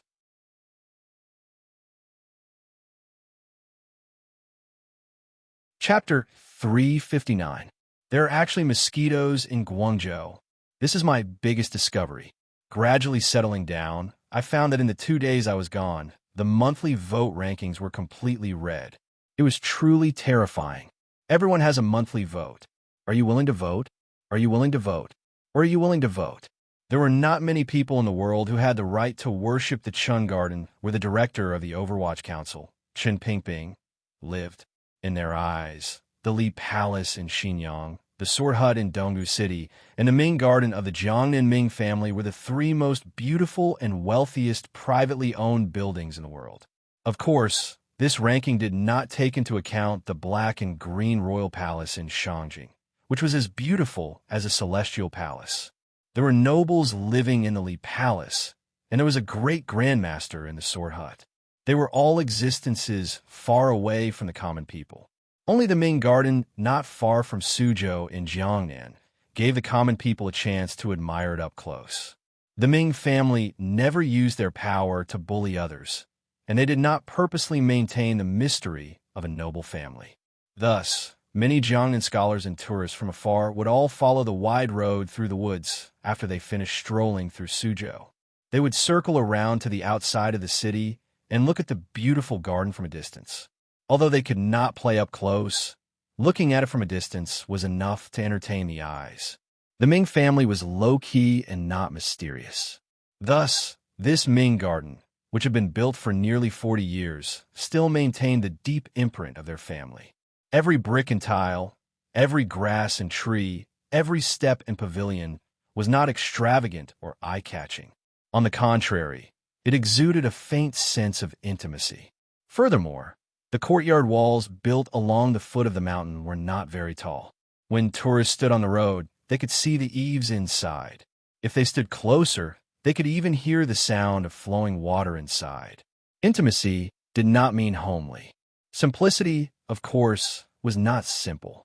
In the eyes of those who truly knew the ropes, they would certainly be able to see that every detail in this pampered garden was impeccable. Each material and design was ingenious. In the eyes of soldiers, they could see that although this garden did not seem to have any defensive capabilities, with some simple modifications, it could become a castle that could be defended for half a year in a very short amount of time. The weather was not very good. In the chilly early spring, there was a light drizzle. Young Master Ming's carriage traveled alone on the road home. He did not see the usual 2 or 3 tourists and women on an outing. The carriage came to a strange stop outside the side door. Young Master Ming pulled back a corner of the curtain and revealed a gloomy face as he looked at the front door of his own home. It seemed to be sending off a guest. A middle-aged man wearing official robes walked into his carriage with a face full of anger. Ming Launcher put down the curtain and turned his head to look at Zhou Lei. He said angrily, "Speak of Guozhong. Guozhong will arrive. How can a superior like you be so tactless?" Zhou Lei was silent. Guozhong was his direct superior. Last year, he was still the imperial censor of the left of the imperial censorate in Jingdo. After the spring examination case, Guozhong had led the 3 departments of the Ministry of Justice to jointly interrogate Fan Xian. At the time, he had relied on the eldest princess to support him and had beaten Fan Xian a few times. He wanted to force a confession out of him. How could he have thought that Fan Xian's background would be so powerful? Not only did he not bring down the Fan family, but he had also offended Prime Minister Lin, the Fan family, and the Overwatch Council. These three giants had taken action, but did not make much of a fuss. They had easily caused the Minister of Justice, Han Jiwei, to lose his position. At the same time, they had sent Guizhong to Jiangnan.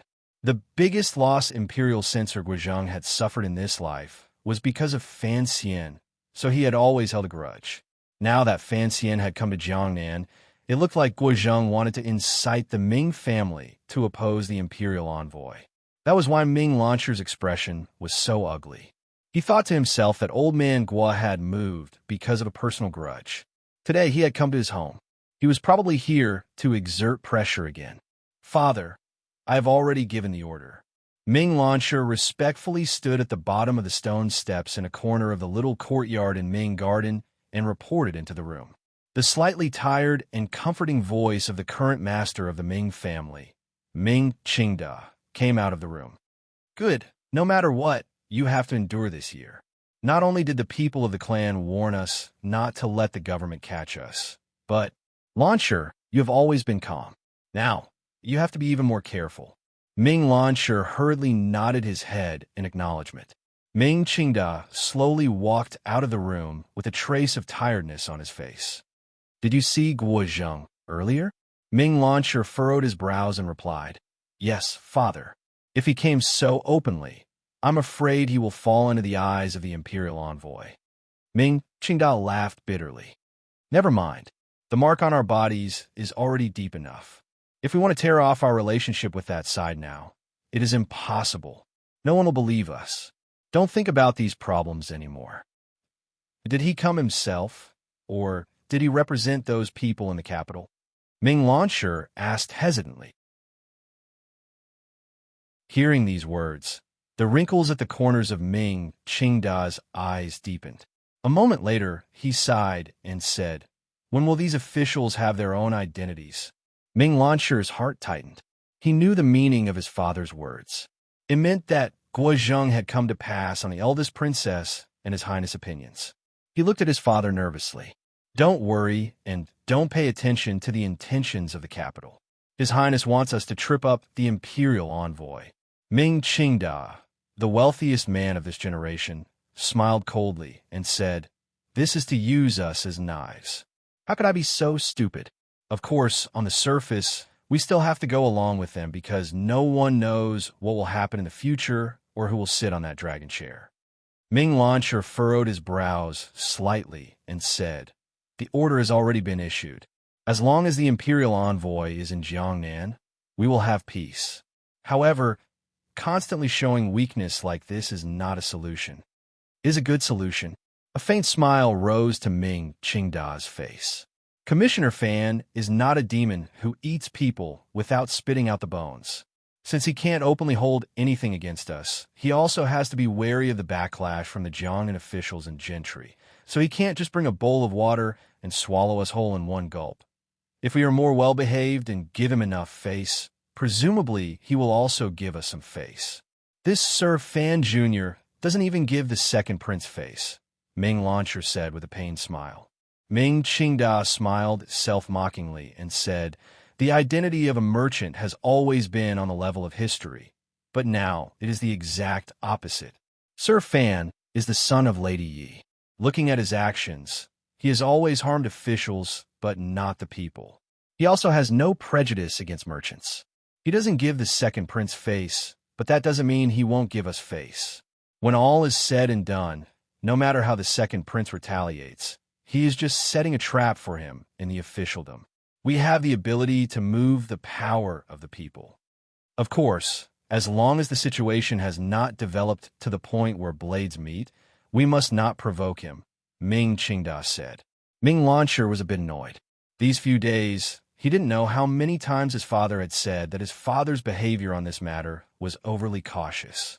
It made him feel uncomfortable. Although he understood the reason, he still found it difficult to accept. Seeing the faint worry on his father's face, he couldn't resist comforting him. Father, if it really can't be done, let's stop. The top and bottom of the stone steps were silent for a while. Ming Qingda, the wealthiest person in Jiangnan, slowly shook his head. A moment later, a severe light flashed through the eyes of this nearly 50-year-old elder. There are some things that I cannot stop just because I want to. He immediately smiled coldly and said, "If I stop, what will the tens of thousands of people in the clan eat? Don't forget that the nobles in the capital have so many shares. Even if we don't do it, will they not stretch out their hands to ask for silver from me? The eldest princess, the crown prince, the second prince, and a few large families in the capital have gotten used to eating us. If we really stop this time, who knows what they will do? Never underestimate the greed of the royal family and officials." Ming Launcher gazed at his father, and a glimmer of sympathy flashed through his heart. Who knew that the richest man in Jiangnan also had all these things he had no choice but to do? Ming Qingda said with a face full of hatred. "The Ming family appears to be doing well, but in reality, we are just an old hen that can lay eggs in their eyes. If the old hen doesn't lay eggs, those who originally supported us will probably want to kill us even more than the imperial envoy and finally eat a delicious meal of chicken." The hatred on Ming Launcher's face was immediately hidden. He cursed in a low voice. If it wasn't for the fact that those people in the capital eat too much silver each year, we would be able to properly sell the palace treasury's products. It wouldn't be much worse than it is now.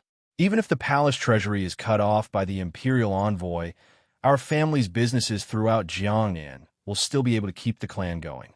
Ming Qingdao waved his hand, indicating that he should stop talking about this topic. He smiled coldly and said, "These years, the Ming family has been doing shady business to fill those people's appetites. Perhaps Sir Fan Jr.'s trip to Jiangnan this time is a chance given to me by the heavens to let me escape from those matters. Starting from this year, we will gradually reduce our share of entering the capital. The eldest princess and the others will not be able to say anything. As long as the winning bids this time are no less than 60% of last year's, we'll be fine. Don't be like the Chui family and suddenly collapse. Speaking of doing proper business, do you think the Ming family cannot do it?" Ming Launcher bowed slightly and said, "Father is right." He had given up on the smuggling route to Dongyi and cut off his family's overseas pirate branch. This year, they would probably earn less silver outside of their accounts.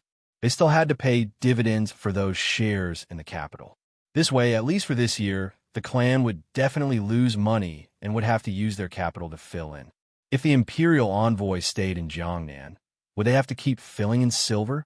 Even if they had great wealth and power, they would not be able to stop ants moving a mountain. Knowing what his son was worried about, Ming Qingda did not want to explain or comfort him too much because reality was like this. If the Ming family wanted to separate themselves from the past and protect themselves, then they had to pay the price of these 2 years.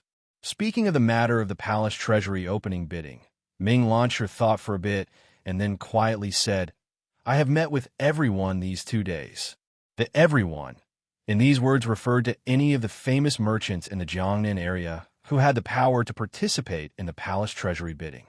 He continued to report, "I have asked a few familiar families. The Xiong family of Lingnan and the Sun family of Chuanzhou all know about the current situation.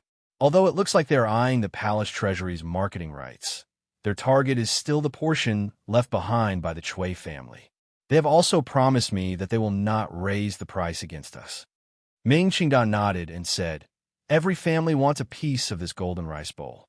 However, since we have arranged things first, it is not good for them to openly oppose us, unless they don't want to do business in Jiangnan anymore."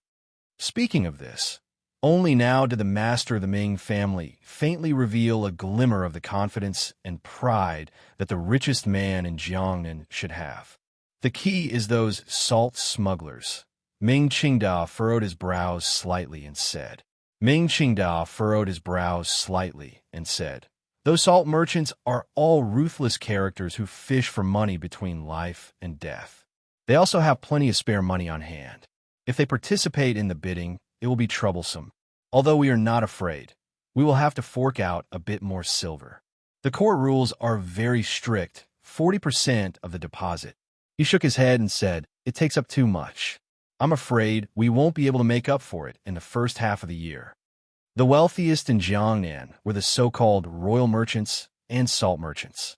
The two sides had originally minded their own business, but now that the Cui family had fallen, who knew whether or not those salt merchants would be eyeing the palace treasury business? Those salt merchants had a lot of money in their hands, and they also had backers in court. The Ming family was faintly worried about this. I have visited all of these salt merchants in Suzhou. Ming Lansher thought of what he had seen and heard these 2 days and replied with some surprise. They were very straightforward. They said they would definitely not enter the doors of the palace treasury this year. I don't know what is going on. Ming Qingda was slightly startled. He thought for a moment and then understood what was going on. He laughed self-mockingly and said, "It looks like everyone knows that Sir Fan Jr. is adjusting the channels to leave the palace treasury this year. So no one dares to fight for this bowl of rice at the first opportunity. They are waiting to see how we and the imperial envoy end things. It looks like those salt merchants are preparing to enter again next year." Ming Lansher raised his head and furrowed his brows.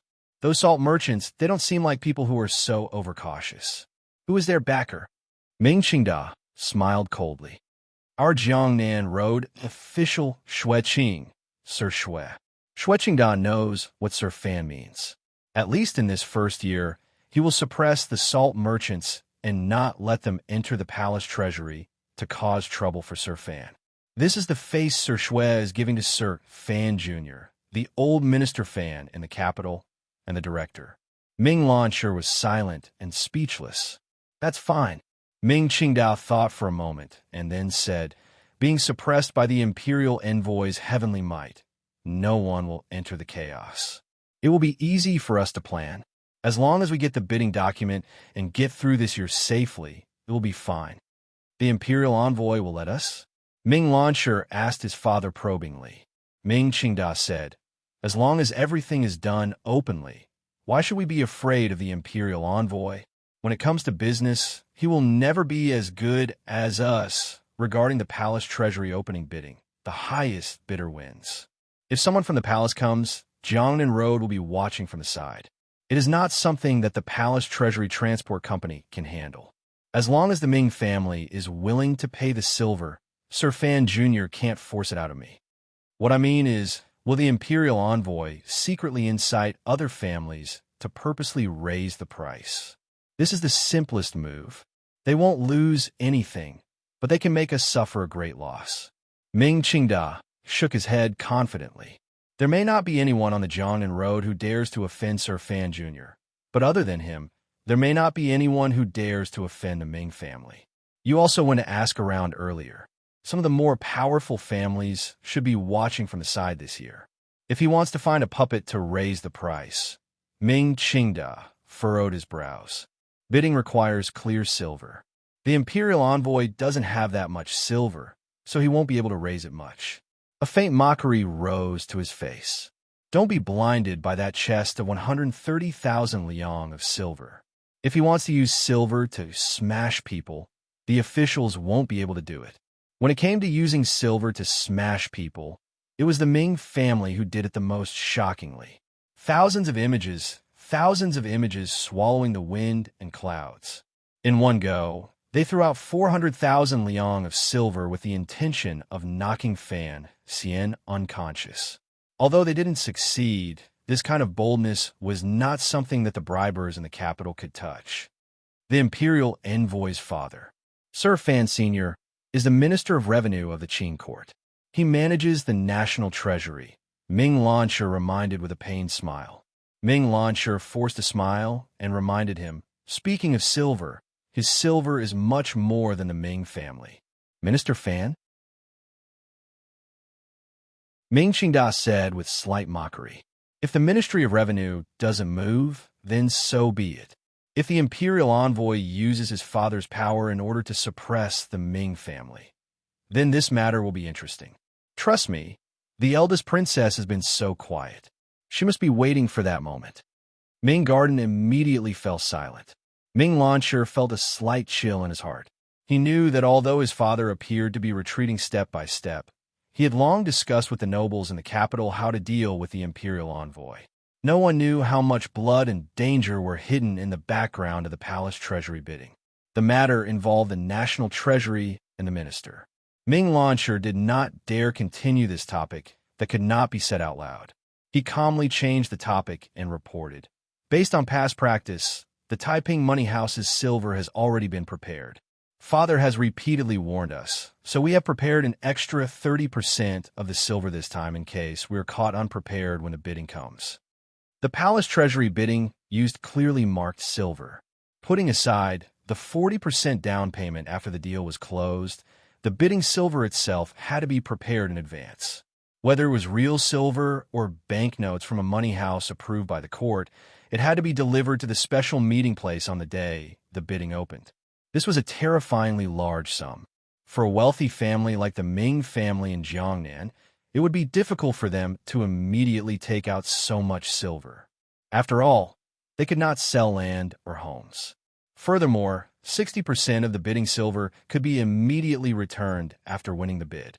Royal merchants did not want to take up cash flow, so they would borrow it from outside. For large families like the Chui and Ming families, they needed a lot of silver each year during the bidding. They all used Taiping Money House to raise silver. Using produced goods as collateral had already become a custom. This year, they predicted that the palace treasury opening would be troublesome. Fan Xian would certainly think of a way to make the Ming family bleed more. Thus, the Ming family had the Taiping Money House prepare an extra 20% of the banknotes. Do not underestimate this 20%. The base number was too large. 20% was already a terrifying sum. It made the Ming family pawn off a lot of things. Taiping Money House can be trusted, Ming Qingda said in a low voice. It is an old relationship. After all, it is a business of Dongi. Those people will have to rely on us for supplies. Yes, Ming Launcher replied quietly. Ming Launcher quietly replied, "Furthermore, we are not moving silver for no reason. Nowadays, there are always some supercilious people in Jiangnan who want to see the Ming family make a fool of themselves. If we can win the bid this time, it will be a slap to their faces. At the same time, it will let the imperial envoy understand that the family that can represent the palace treasury in such a large business is still our family." Ming Qingda glanced at him with praise and said, "That is exactly what I mean. That is why we must accept this bid. The system of the court requires such a large sum of silver to be placed on the transport company.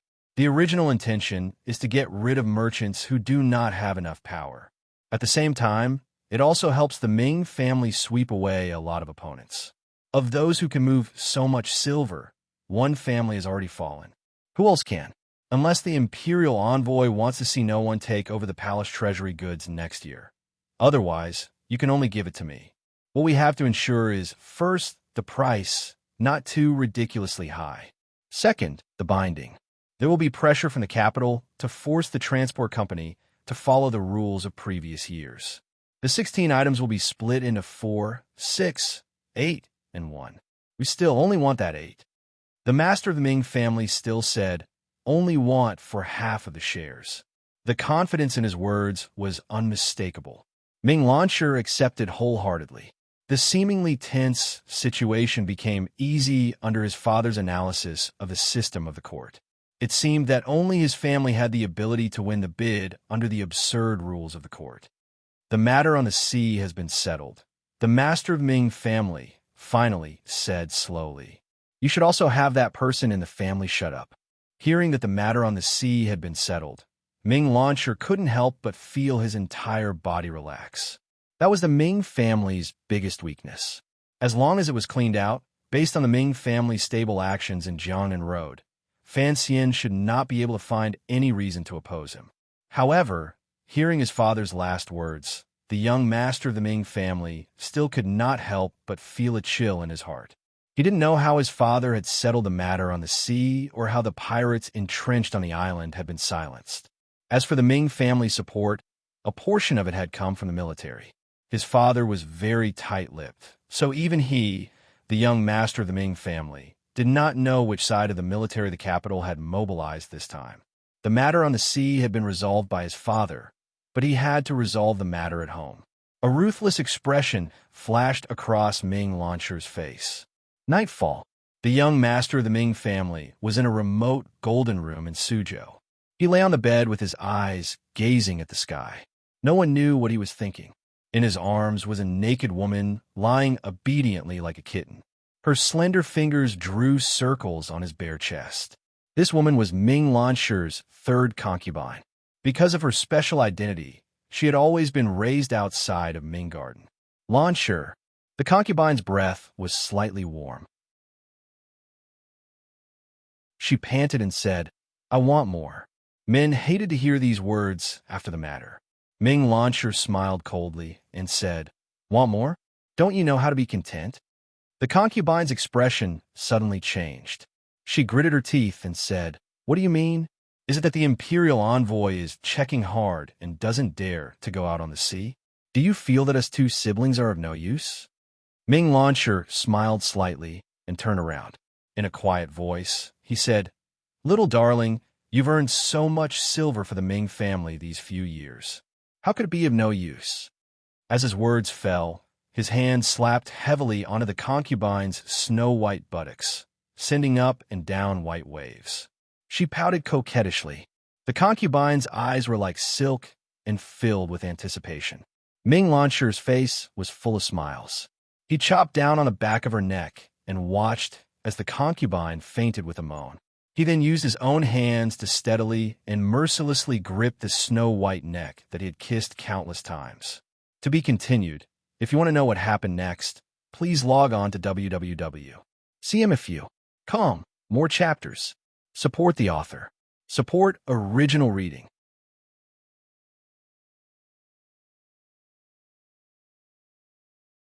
Chapter 360. In the early morning of the second day, a large stone and a sack were missing from the pier outside Suzhou. Someone heard the sound of a heavy object falling into the river. Immediately afterwards, they heard that the young master's third concubine had returned to her home in Chuanzhou to visit relatives. It was unknown when she would return, and the date of her return was uncertain. In the same dusky morning mist, on an island far away from Chuanzhou City, taking advantage of the cover of the night before dawn, many ferocious bird-eating seagulls rushed down from the clouds and landed on the island, densely covering the entire ground. These seagulls greedily lowered their heads, using their blood-stained beaks to peck and tear at something. Because there were too many birds, the fight for food was especially violent. From time to time, seagulls would wantonly bite each other in order to fight for food territory.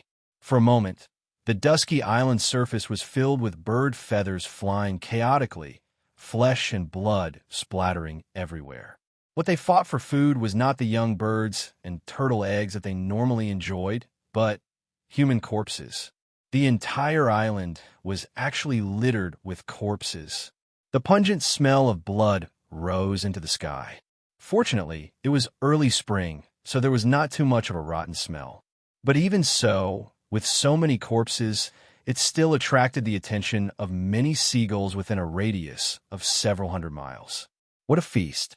On the island, one could faintly see a pier-like building, but right now there were no signs of people. The dead people had their eyes wide open in fear, their white eyeballs unable to move, covered in a layer of mucus formed after death. It seemed that they never thought that someone would come to the island and kill them. With a chee sound, a seagull accurately pecked at the eyes of the corpse that could not close their eyes. With a bloody eyeball in its mouth, it proudly twisted its neck and then immediately lowered its head, as if afraid that its companions would fight with it for food. Spreading its wings, it moved to another place, hiding under a reef, and began to eat. But it found that this food was a bit hard, and it grabbed its neck, anxiously cackling. The island was covered with corpses, flesh flying to reveal white bones, internal organs pecked out, blood, death, flying, fighting flocks of birds, the aura of death and fear pervading the sea. With one hand, he pushed the corpses above him away with some difficulty and carefully chased away those damned seagulls beside him. A pair of eyes nervously peered out from the gap. After confirming that the group of soldiers had left by ship, this island pirate who had survived the disaster crawled out of the corpses of his companions with lingering fear. The man had been stabbed in the shoulder and was badly mutilated. If it were not for his identity, which allowed him to sense the murderous aura of the soldiers very quickly and pretended to be dead and used the corpse of his comrade to cover himself, he might have died long ago. The soldiers who had come to the island should have been the pirates' companions, but they suddenly became violent. The viciousness of their actions was difficult to describe. It was not until everyone on the island was dead that the leader of the pirates realized that the Ming family had come to silence them. The person who had luckily escaped had a dark complexion. It was obvious that he had lived on the sea for many years. His face was normal, his expression was determined, and his eyes were slightly narrowed. After experiencing such a disaster, he did not seem to panic. He panted as he sat among the corpses of his companions, forcing himself to calm down. He tore off the clothes of his companions beside him and tightly bandaged his own wounds. Then, he began to get up and search for fresh water and food on the island. When the soldiers left, they thought everyone was dead, so they did not destroy the water and food. They gave him a chance to live. After he recovered his spirit, the sky brightened. Facing the rising sun, the man slowly sat on the dock and looked at the flock of birds that flew and landed not far away. He looked at the wretched appearance of his companions who had been with him for many years after their deaths. His lips began to turn white, but he resisted the urge to vomit. With a flip of his hand, he picked up a jug of water and poured it into his dry mouth. The people who had died were all his companions, but he would not bury them. For one, too many people had died. It was impossible for him to bury so many bodies by himself. For pirates, if they could not be buried in the sea after they died, it was not necessarily a bad ending for them to be taken into the sky by these seagulls. Thirdly, these pirates had done a lot of evil in their daily lives. Murder and rape were common occurrences. Now that they had been killed by people and then eaten by birds, it could be considered retribution. He was called Ching War, a native of Chuanzhou. His family background was ordinary, and his ability was ordinary. He spent his years on the sea as a sailor. Sometime last year, the large ship he was on was robbed by pirates. He didn't know what method he used to luckily survive. Furthermore, he joined the inner circle of the pirates and began to become partners with them. On the roaring sea outside Chuanzhou, he did those ugly things. The pirates on this island were the largest on the sea, but, strangely, they did not do much business. Furthermore, the leader seemed to be purposely hiding the movements of this group. After staying on the island for half a year, Qing Hua finally discovered that the main business on the island was robbing the Ming family's cargo ships heading to the Western Ocean. Each time they robbed a ship, they did not leave anyone alive, particularly the court officials responsible for escorting the ships. In just half a year's time, because of Qing Hua's cool-headedness and cold-bloodedness, he received the appreciation of the leader and became a small leader among the pirates. He began to gradually understand more details and began to have the opportunity to come into contact with some very important matters. Unfortunately, at this time, on this night, a group of powerful navy found the small island and slaughtered everyone on the island in an incomparably bloody manner. The morning sun brushed against his face, but it was not refreshing because he was surrounded by dead bodies and flesh. Qing Hua's throat gurgled. He recognized the pirate not far in front of him who was being eaten by birds on his thigh. It was Kai Zi, who lived in the same cave as him. Qing Hua's eyes blinked weakly and stood up with some difficulty. He walked to the side of Kai Zi's body and used the wooden stick in his hand to chase away the wretched seagulls. Looking at Kai Zi's body, he was speechless for a moment. In the end, he slowly said, "If I go back alive, I will take good care of your parents." After saying this, he decisively threw down his comrade's body and followed the hidden little path under the dock in another direction. The ships on the island had all sunk, but the pirate leader had left a backup plan there. He didn't know if the wooden boats were still there. Qing Hua did not walk quickly, but he was particularly determined. He had to quickly return to land. Although he had survived, the subsequent reports had not been sent out. The commissioner's side should already be anxious. As he walked, he wiped away his tears and forced himself not to turn his head to look. Although the pirates behind him all had their own paths to death, after being together for half a year, even if he had a heart of stone, he still couldn't help but have some feelings. At this moment, a flame of anger rose in Ching Water's chest. He was about to get proof that the Ming family was colluding with the pirates. That group of soldiers last night had a powerful battle power. Just which faction did they belong to? Since they had come to the island to silence witnesses, it had to be some big shot in the military who could mobilize the powerful navy along the coast. Was it the Yi family? However, he did not have the right to make a judgment. He only hoped to quickly send this report back to Suzhou. The crying Qinghua was one of the 5 crows of the 4th Bureau of the Overwatch Council stationed in Chuanzhou. He was the secret agent who had once reported to Fan Xian the connection between the Ming family and the pirates. Far from this bird island, outside Suzhou and Jiangnan, in the beautiful Ming garden that seemed unwilling to be tainted by a trace of the secular world, the current master of the Ming family, Ming Qingda, was standing respectfully in front of a chair and replying to the question of the person in the chair. The person in the chair was a woman, an old woman. Even in front of the eldest princess, Ming Qingda had no need to be so reserved and courteous. In front of this old woman, he had to lower his head because this old woman was the true, most powerful person in the Ming family, the matriarch, his birth mother. Many years ago, if this old woman had not been vicious and merciless, poisoned the most favored mistress to death, and then chased the 7th prince out of the family after the old master's death, the Ming family's large fortune would probably have long fallen into that person's hands. What share would Ming Qingda have? Each time Ming Qingda looked at his old mother, he could not think of the words old and virtuous.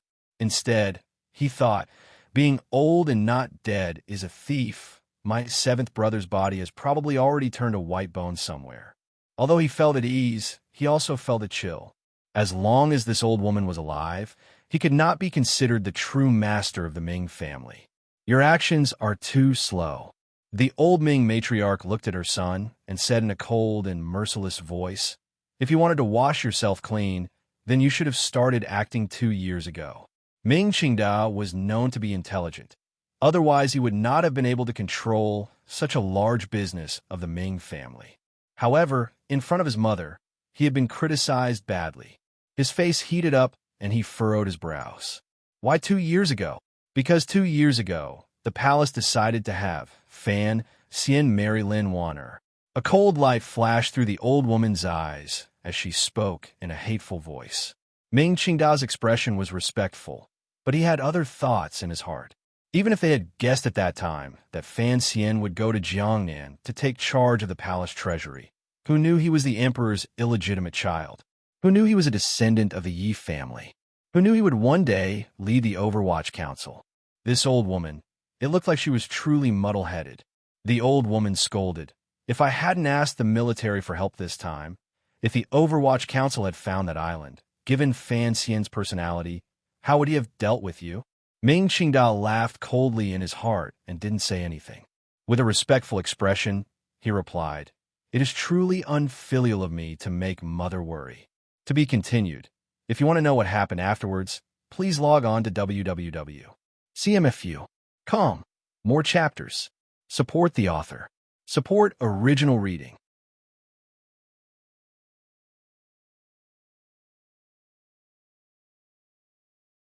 Chapter 361. Time is very messy right now, so it is even messy, eh? P.S. After lunch in the underground tunnel, I saw a few people playing chess to swindle money. I saw one person fall for the trick and move a chess piece. I spoke too much and was glared at by the hidden chess piece. I'm not in a good mood and feel inferior because I don't know how to use tyrannical Jinshi. These chapters are instructions. I want to learn this writing method. I don't know how it will turn out. How is Lan Shi today? The old Ming matriarch looked at her son coldly and was concerned about her grandson. Ming Qingda narrowed his eyes and said, "The child knows what is important. Besides, he has treated her well these few years." "Men," the old Ming matriarch said mockingly. In the end, they're all like this. The old woman thought for a bit, and then shook her head. Have Lan sure have less contact with Master Yuan. A few days ago, I heard that the Imperial Envoy's student was opening a brothel in the city.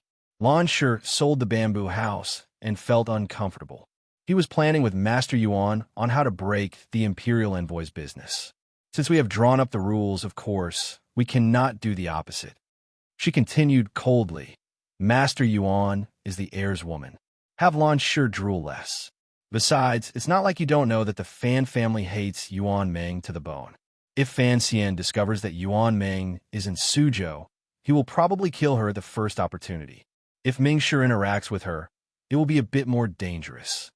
Ming Qingda nodded his head in agreement and was about to leave the room when unexpectedly his old mother still kept him. After a moment of silence, she asked worriedly, "Our arrangements are, in the end, our arrangements. I feel that after Sir Fan Jr.'s iron hand rectified the palace treasury, he shouldn't be so quiet." Ming Qingda thought for a bit and then replied calmly, "Mother, don't worry. After all, our family is a large family with a reputation under heaven. Without concrete evidence, even an imperial envoy would not dare to act recklessly." The old Ming matriarch's eyebrows were all white. Her wrinkled face was filled with worldliness and coldness. In a cold voice, she huffed, "Don't dare? He doesn't even want 400,000 liang of shining white snow silver. He must want even more. Other than the Ming family, who else in this world can give him so much silver?"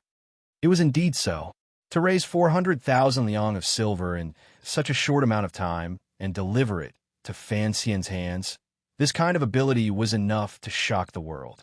Although Fan Xian, incredibly, did not accept it, this could be called the largest bribe in the world. It could already be recorded in the annals of history. Fan Xian didn't even want 400,000 liang of silver. Naturally, what he was after was even greater. "I have thought about it," Ming Qingda said unhurriedly. "The imperial envoy not taking money is not necessarily a bad thing." Last September, the Chui family sent 20,000 liang of silver to Yishir Tavern. Sir Fan Jr. kindly accepted it, but as soon as he turned around, the Chui family was wiped out. So, whether or not he accepted the silver does not mean this strange Sir has any thoughts. Since ancient times, accepting silver to do things was a matter of course. Fan Xian accepting 20,000 liang of silver from the Chui family. Not only did he not give them any benefits, but he also struck like lightning and toppled the Chui family. This action completely destroyed Fan Xian's reputation on the Jianghu for bribery. The Jiangnan merchants bore a deep grudge against this matter. The old Ming matriarch's cheeks were weak. When she smiled, they appeared particularly terrifying. She mockingly said, "The Chui family is also petty and can't even see things clearly." Their precious son offended Fan Xian in Shangjing in northern Qi and was punished to kneel in the middle of the night. They want to use 20,000 liang of silver to smooth things over. Sir Fan Jr. did not accept this silver to do things for the Chui family. He only expressed that he no longer bore a grudge against the Shangjing matter. As for what happened afterward, who knows what happened? Speaking of this, the old woman furrowed her brows and asked, "How is Huir?" Ming Qingda replied, "Her mood is better." Under the eldest princess's secret arrangements, the Chui and Ming families were carrying out a marriage alliance.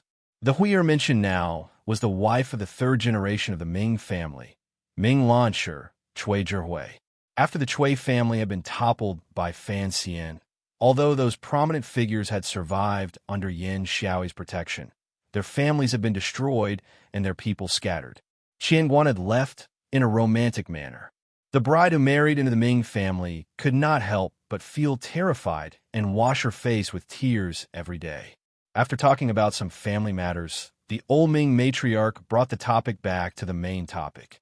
She narrowed her eyes and said, "The shopkeeper of Taiping Money House came to say earlier that the silver our family has deposited is pretty much all prepared this time. However, a few days ago, you came to tell me about Zhaoshang Money House. What is its background? How come I've never heard of it?" "I am a bit worried about Taiping Money House." Ming Qingda furrowed his brows and said. Ming Qingda furrowed his brows and said, "The Shi Chanli you mentioned earlier, I heard he had withdrawn a few large sums of silver from the money house. If the court or the imperial envoy has done something, I'm afraid there will be some problems." He saw that his mother did not say anything and was deep in thought. He then continued, "Zhaoshang Money House is a new one. It only appeared in Dongyi last year. As you know, most of the money houses nowadays come from Dongyi. I've asked someone to investigate the shares and background behind them. There shouldn't be any problems. What I am thinking is that if the price of the palace treasury bidding is raised by the imperial envoy, there must be a guarantee of future cash flow. Other than Taiping Money House, there must be another way out." The old Ming matriarch opened her eyes and smiled coldly. "What kind of background makes you believe it so? Our family does palace treasury business, and the silver we need is like flowing water. How can a small money house be in such a rush? Fan Xian going to Jiangnan actually messed up your thoughts. You really don't have much of a future." Ming Qingda's heart was slightly angry, but he still maintained a smile on his face. He explained, "The main thing is that the background is reliable. Guess who is behind that Zhaoshang Money House? Don't try to be mysterious with me." The old Ming matriarch glared at her son with disgust. Ming Qingda coughed and said, "I've investigated clearly. Most of the shares in Zhaoshang Money House belong to the Shin family. The Northern Qi court chased after them very hard. Back then, the Shun family's money manager fled to Dongyi. Only then did he start this business." The Shun family? A glimmer of interest finally appeared in the old Ming matriarch's eyes. "The provost of the Northern Qi Discipline Commission, Shun Zhong?" "That's right." The old Ming matriarch was silent for a moment and then smiled dryly. "The Northern Qi court confiscated the Shun family. Young Lady Shun fled alone, and there has been a sum of wealth that has not been confiscated. Back then, Shun Zhong and the Chui family worked together to control the palace treasury, smuggling to Northern Qi. Who knows how much silver was saved? If it was his family, then this money house does have some financial power. Most importantly, Zhaoshang Money House's true backer is a very powerful family in Dongyi." Ming Qingda struck while the iron was hot. Xinzhong was killed by the Northern Qi Emperor. Furthermore, it should have something to do with Sir Fan Jr., so Zhaoshang Money House would certainly not communicate with the court and Northern Qi.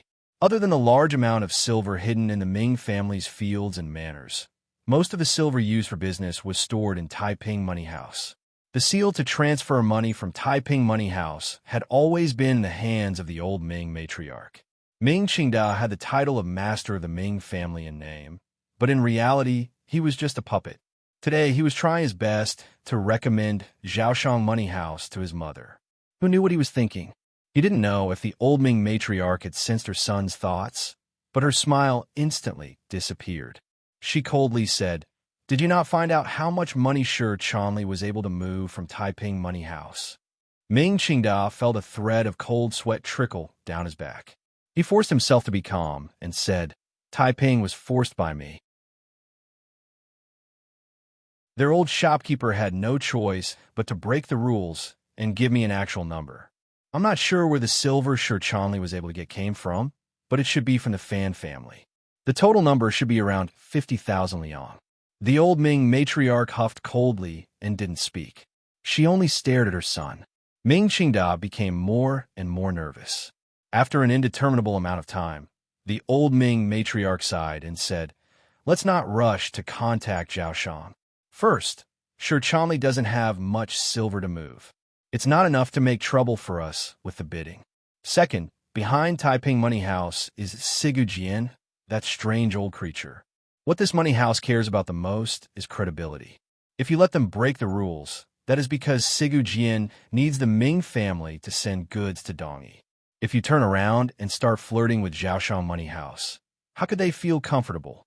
Third, even if Zhaoshang Money House has the Shun family's money behind it, it actually doesn't amount to much. Even if there are the large clans in Dongyi you spoke of, Dongyi is also very chaotic. The so-called large clans are probably a thorn in Sigu Jian's side. Why should we offend Sigu Jian?" Ming Qingda raised his head as if he hadn't expected his mother to speak to him so warmly. The old Ming matriarch finally came to a conclusion. We can have some small dealings with Zhaoshan Money House. As for the palace treasury, we must still go through Taiping Money House to be on the safe side. Ming Qingda didn't say anything more. He always felt that behind his mother's warmth hid a knife that could kill without seeing blood.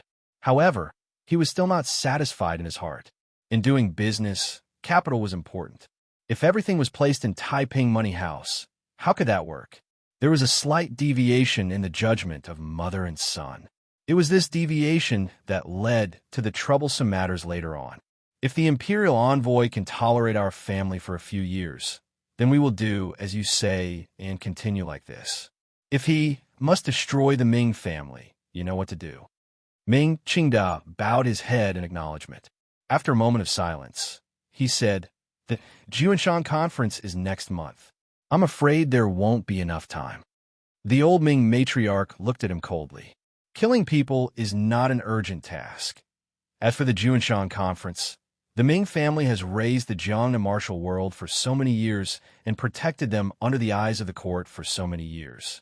Shouldn't they have some repayment? The killing people in these words referred to killing Fan Xian. The Jiunshan conference was definitely not the martial arts conference that Zhou Lei had once wanted to use against Fan Xian. There were so-called Jianghu in the Qin kingdom, but the true Jianghu was definitely not like the plain beside West Lake. There were so-called aces in the wilderness. Aces at the level of the old Jiangnan water bandits were hidden in who knew how many places. The so-called Jiunshan conference was the true gathering place for these so-called aces of the Jianghu. The Jiunshan conference was never known by others. No one knew exactly how powerful it was. If Fan Xian truly wanted to exterminate the Ming family, a large family that had lasted for hundreds of years would naturally have a way to counterattack. Particularly at the moment, the shadows and professional assassins of the Sixth Bureau were all over Jiangnan playing hide-and-seek with the Dongi swordsman.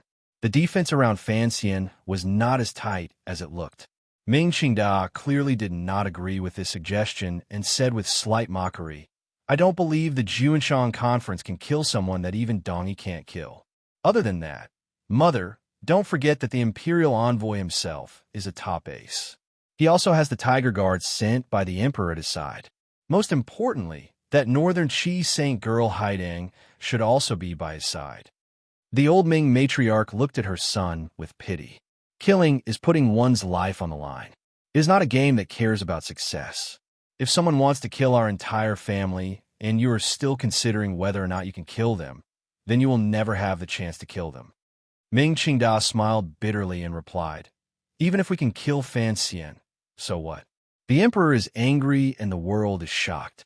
Can Ming family survive? Naturally, we have to do it flawlessly and give the people of the world a convincing answer," the old Ming matriarch said coldly. "If Fan Xian can be killed, naturally, it will be Dongi's Sigu Jian who did it. What does it have to do with the Ming family? In any case, Sigu Jian has taken the blame many times these years. One more doesn't matter." Ming Qingda mockingly said, "Perhaps this excuse can only fool us, but it cannot fool the people under heaven, much less the Overwatch Council and the Emperor. If Fan Xian can be killed," the old Ming matriarch said expressionlessly, "of course, it would be best if peace could be maintained. But if that day truly comes, I believe that the wise emperor of the Qin court will not shake the entire Jiangnan and the foundation of his rule for the sake of a dead, illegitimate child. If the matter can be suppressed to the smallest degree, the emperor will certainly suppress it. A living Fan Xian is more valuable than 10 Ming families, but 10 dead Fan Xian cannot compare to a broken Ming family. The emperor does not like the Ming family, but he cannot destroy the Ming family. Thus, the emperor only hopes that this time, Fan Xian will be able to seize the Ming family completely into the hands of the court. If you can understand this, then I can rest assured in handing this family to you." A glimmer of hatred rose to the old Ming matriarch's face. "When the time comes, I will throw in my life." Ming Qingda's feelings were mixed.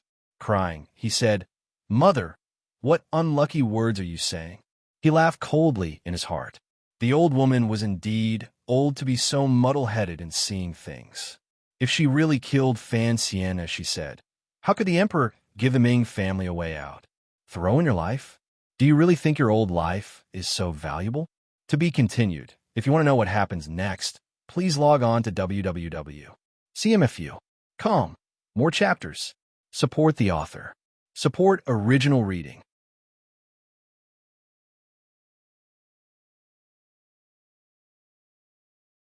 Chapter 362. Sure Chanli walked out of the Bamboo Garden restaurant and made a shushing sound. He wiped the beads of sweat from his forehead.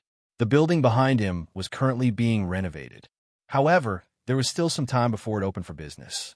The business of Baoyue brothel expanding into Jiangnan had started off smoothly. However, there had been a small problem with the matter of buying girls in Suzhou. Although they had relied on the third prince's power and influence, they had not been able to invite any of the popular girls. Every time he thought of this matter, Sure Chanli felt a headache. Jiangnan girls were famous for their beauty. Why couldn't they find some decent girls? Had they all been hidden away by someone? Originally, there had been other ways. He had also gone to the broker's shop to look. However, the girls the brokers enthusiastically recommended were all pitiful girls who had escaped from Jiangbei. Although it was their parents who were selling them, they had not been able to extract their money. Sure Chanli could not bring himself to do it. He was also afraid that Fan Xian would be angry. Speaking of his teacher, Sure Chanli's head swelled even more. He really didn't know what that young master was thinking. After returning from the palace treasury the day before yesterday, he had dove head first into the Hua garden that the salt merchant had given him. He had shut himself inside all day and did not even seem to have made any preparations for the palace treasury's opening bid that was about to arrive. Sure Chanli was wearing a cotton robe. Although he now had the identity of a merchant, he still could not shake off the scholarly mannerisms that his decades of bitter study had nurtured. His hand stroked the smooth walls of the carriage, but he did not get in. The guard beside the carriage looked at him curiously. Countless people passed by beside the carriage. On the busy streets of Suzhou, Sure Chanli's mind suddenly wandered. He looked at the peaceful and happy Jiangnan commoners and furrowed his brows slightly. Thinking back to what had happened this year, he suddenly felt a glimmer of fear toward his own choice. After Yang Wanli's conversation in Hangzhou, although these people still saw Fan Xian as their leader and firmly headed toward that unknown future, Sure Chanli was different from those three schoolmates. However, Sure Chanli was different from those three schoolmates. He had already lost the thought of an official career and began to help Fan Xian take care of some secret matters. He also knew some secret information, so he increasingly felt that Fan Xian was difficult to grasp. They wanted to help the world and provide for the people, but what exactly did their teacher think? He understood that the expansion of Baoyue brothel was, on one hand, to make it convenient for Fan Xian outside of the Overwatch Council to have a second source of information. But, more importantly, it was to make it convenient for Fan Xian to launder money in the future. Perhaps what his teacher had done was for a good purpose, but in the process of reaching this goal, perhaps many sacrifices had to be made. For example, the lives of innocent people, the righteousness that scholars always believed in, and the conscience that everyone seemed to have. At this point, Sure Chanli knew that Fan Xian was already a powerful official and not the righteous official he had hoped for. He also understood that if he wanted to be a righteous official who could leave his name in the annals of history, seizing power was also a necessary part. In this process, the word righteous would appear too stupid. This was a philosophical dilemma. Sure Chanli sank into it, but he could not find an answer. He could only silently get into the carriage and bet on his trust in his teacher. The carriage was headed toward Taiping Money House. Recently, Sure Chanli had been moving silver everywhere there. That 50,000 liang of silver truly terrified him. Sir Fan Jr.'s silver was a bit too much. He could only hope that after he obtained enough power and money, he would still remember what he had thought in the beginning and do something for the world. I know very well what I'm doing. Fan Xian looked at Yang Wanli in front of him with a calm expression. After returning to Suzhou from the palace treasury, he had sent Yang Wanli over. Although logically speaking, Yang Wanli could not leave his post without permission, and Fan Xian had given random orders. He had the identity of an imperial envoy. Presumably, the officials in Fujian County, as well as the people in Shangzhou, would not dare to criticize Yang Wanli too much. Yang Wanli sighed and said, "Teacher, I am just worried that the officialdom is dangerous and can tempt one to desire luxury and power." Although he did not finish, the meaning was already clear.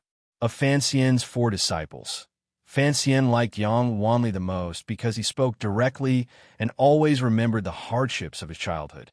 He was upright and plain-spoken. He did not care about anything, and he was incorruptible and self-restrained. Although Fan Xian was not an upright official, this did not stop him from admiring upright officials. Although sure Chanli's heart was clear, he was only willing to keep the matter in his heart. As for the other 2, Cheng Jialin was overly mediocre and sought stability. Only Ho Jichong, a scholar who had once been as famous as He Zhongwei in Jingdou, had a sharp mind and was truly a good choice to handle matters. It was a pity that he was far away in another province, and Fan Xian could not use him for a while. He waved his hand to stop Yang Wanli from worrying too much. He smiled and said, "My nature is firm. Why would I need you to worry? Don't always be afraid that I will slide into the abyss of evil.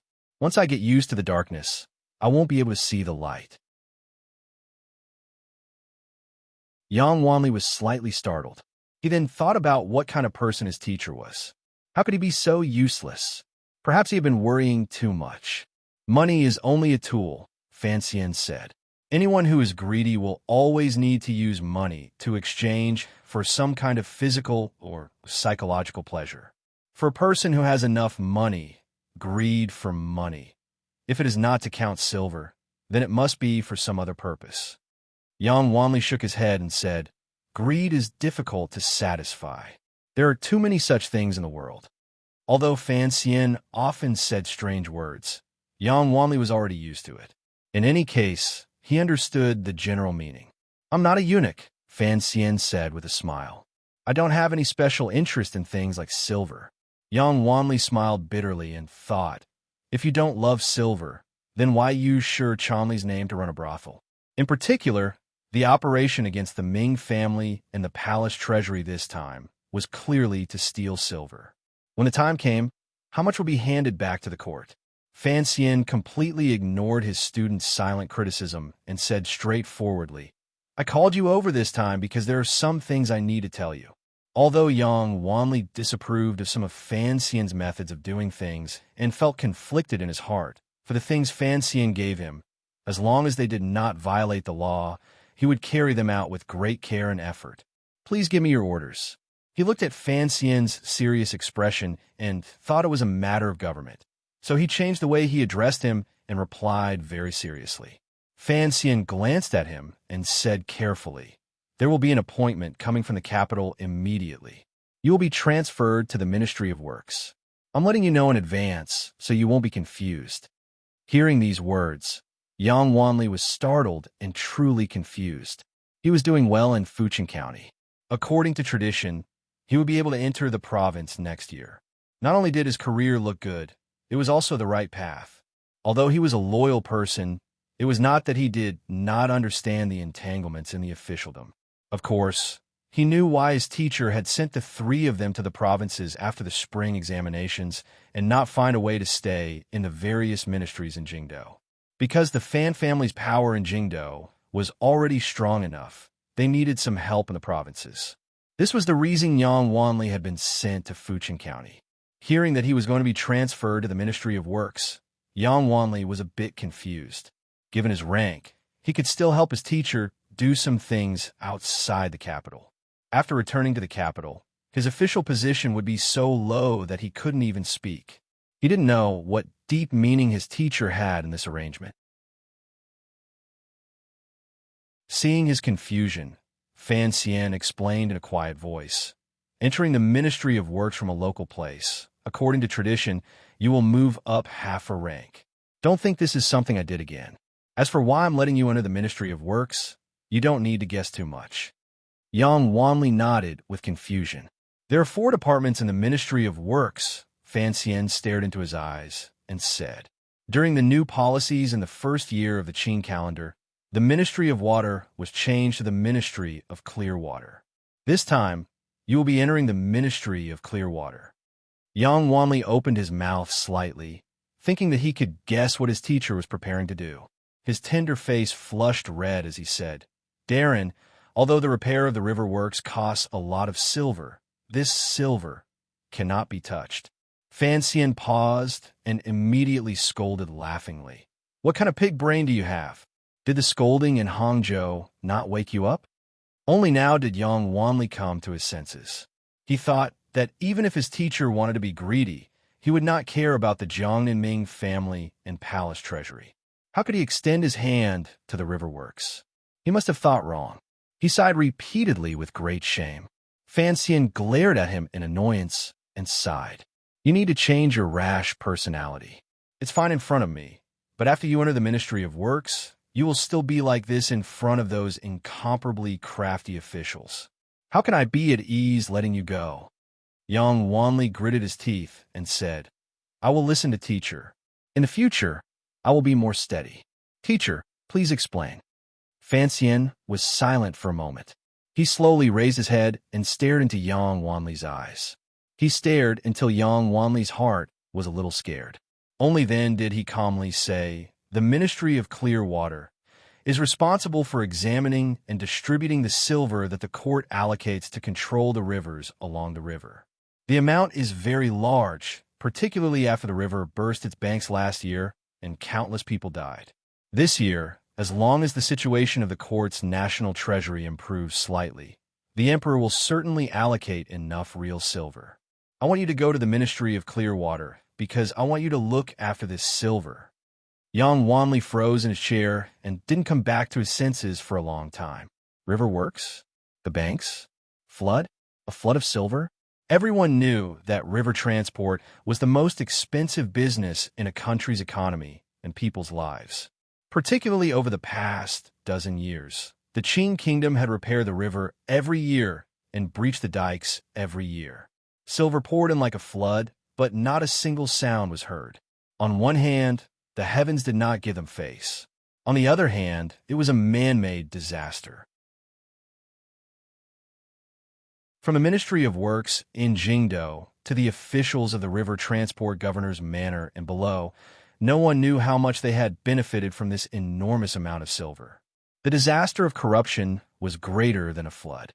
Of course, the emperor also knew of this matter. For years ago, the river burst its banks. After the Overwatch Council investigated in detail, the current court killed the river transport governor at that time.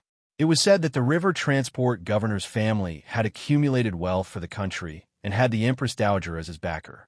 However, despite the Qing emperor's ruthlessness, he still could not stop the corruption of the river works. The position of the river transport governor had been empty for 4 years. No one had taken it. In addition, in recent years, the income of the palace treasury had been declining year by year. Fighting on two fronts, the national treasury was empty, and the irrigation facilities on both sides of the river had not been repaired for a long time. This caused the terrifying consequences of the river bursting last year, something that even the emperor could not completely resolve for him to do. Yang Wanli had no choice but to be stupid. He knew his own limitations. Perhaps he had the ability to govern a county or a province, but governing a river involved the lives and deaths of tens of thousands of people. He did not dare to say such big words. Thus, he fearfully bowed in front of Fan Xian and repeatedly asked to be excused. Fan Xian looked at him and shook his head. "What are you panicking about? I'm just asking you to look at the silver, not asking you to fill the river with earth. In order to protect the safety of the river, what is there to fear even if Wanli has to fill the river with earth?" Yang Wanli smiled bitterly and replied, "However, since you are thinking about the river works, you know this matter has great implications. If there is the slightest mistake, it will be a tragic matter of drowning tens of thousands of people. I truly do not dare to accept." Fan Xian smiled coldly and said, "Don't you want to be an upright official whose name will go down in history? I am asking you to go to the darkest nest of corrupt officials in the Qing court, yet you don't dare to go?" Yang Wanli's face reddened, and he slowly lowered his head. Fan Xian didn't say anything more. He only looked at him coldly. After a long time, Yang Wanli finally raised his head bravely. Gritting his teeth, he said, "As you wish, sir." He thought to himself that even if he was killed in the river transport yamen, he would at least be able to put in some effort. Just as his teacher had said, since he was working for the benefit of the world, why should he cherish his body? A glimmer of admiration flashed through Fan Xian's eyes. Evenly, he said, to be willing to be cut and dare to ahem, pull the governor down from his horse. Yang Wanli paused and thought these words were a bit strange. Fan Xian hid his smile and said, "Furthermore, the position of the river transport governor has always been empty, with the Fan family and the Overwatch Council watching you. Although the river transport yamen is as deep as a dragon's pool, if those corrupt officials want to use underhanded methods to deal with you, they will have to see if I agree or not." Yang Wanli thought about it. Right, he had such a powerful backer as his teacher. Why would he be afraid of those people? His mood changed quickly. An eager expression immediately rose to his face. It was as if he was ready to rush back to Jingdo to report, and then quickly rush to the banks of the river to see if the court's silver was being spent properly. Fan Xian looked at his expression and couldn't resist smiling. Shortly after, he said seriously, "There is one thing you have to remember clearly. Teacher, please instruct me. You can only manage silver, not the river works." Fan Xian looked at him very seriously. Yang Wanli paused slightly. He thought that repairing the river was beneficial to the country and the people. So why couldn't he do it? Fan Xian stared into his eyes and said seriously, "Repairing the river will naturally be done by professional Ministry of Works officials. You just have to make sure the silver is used in the right way. You absolutely cannot manage the river works. In this world, the most terrifying thing is for outsiders to manage insiders. Do you think repairing the river is as simple as filling in the embankments?" Yang Wanli's face revealed an expression that was as it should be. Fan Xian sighed in his heart and warned, "I'm letting you go to the Ministry of Works because of your clear-headedness and sincerity. You can't tolerate sand in your eyes. I'm not relying on your half-baked river management skills." He saw that although Yang Wanli had agreed, he still didn't seem to be listening. In a cold voice, he smiled coldly and said, "Don't think I'm joking. Yang Wanli, listen carefully." Yang Wanli unconsciously straightened his body. Fan Xian stared at him and said each word clearly, "If I find out that you dare to criticize the specific matters of repairing the river works and dare to use my reputation to give random ideas, I will immediately send people to chop you into 36 pieces." Yang Wanli was forced by Fan Xian's cold gaze. His body trembled. He knew that his teacher was giving instructions very seriously. He quickly corrected his attitude and agreed sincerely. The two of them then explained the specific details of his appointment, as well as the things he could trust in the river transport governor's yamen. Only now did Fan Xian truly believe that Yang Wanli was not as stupid as his impression of him in the past. Regarding the matters he had given him, he should be able to smoothly resolve them. Thus, he began to talk about the main point of their conversation. "I'm letting you go to the Ministry of Clearwater. I don't actually expect you to be able to get rid of the corruption that has existed for a long time in the river works," Fan Xian said thoughtfully. "The Overwatch Council also has a number of spies there, but there are too many officials. Their connections to the court are too deep. Pulling one hair will affect the whole body. It is not easy to deal with." Although Yang Wanli was surprised, he had finally learned to be smart. He didn't ask questions and instead listened quietly. Thus, the silver the court pulls out into the river. In the end, it will never be enough, Fan Xian said mockingly. Regardless of whether you believe it or not, in the end, it will become such a situation. Even if the emperor pulls out 2 million liang of silver, the Ministry of Works will still cry that it is not enough. Originally, if we had planned slowly, it was not completely impossible to turn this situation around, Fan Xian said with narrowed eyes. However, there's not enough time. Last year, the river burst its banks and washed away a number of dams, making the long-neglected dikes and water conservancy facilities on both sides increasingly unbearable. When the water dried up last winter, it was a good time to repair the river. However, at that time, there was not much silver in the national treasury. What do we do this year? If there is no flood this year, then it is the Qing court's good luck, Fan Xian said with narrowed eyes. If there is another flood, then we won't be able to hold out. Furthermore, we still have to rely on those officials for the river works, so it is not suitable for the Overwatch Council to make any big moves. Only now did Yang Wanli faintly realize that his teacher's body was in Suzhou, but his heart was above the people of the world. His heart warmed slightly. Probingly, he said, "There is not enough silver in the national treasury. Furthermore, it is already spring. Even if we can survive the spring floods, we will still need silver later. This is the true reason I have you go to the Ministry of Works," Fan Xian said calmly. "I will raise a large amount of silver. Most of it will go through the Ministry of Revenue into the National Treasury and then to the River Transport Yamen.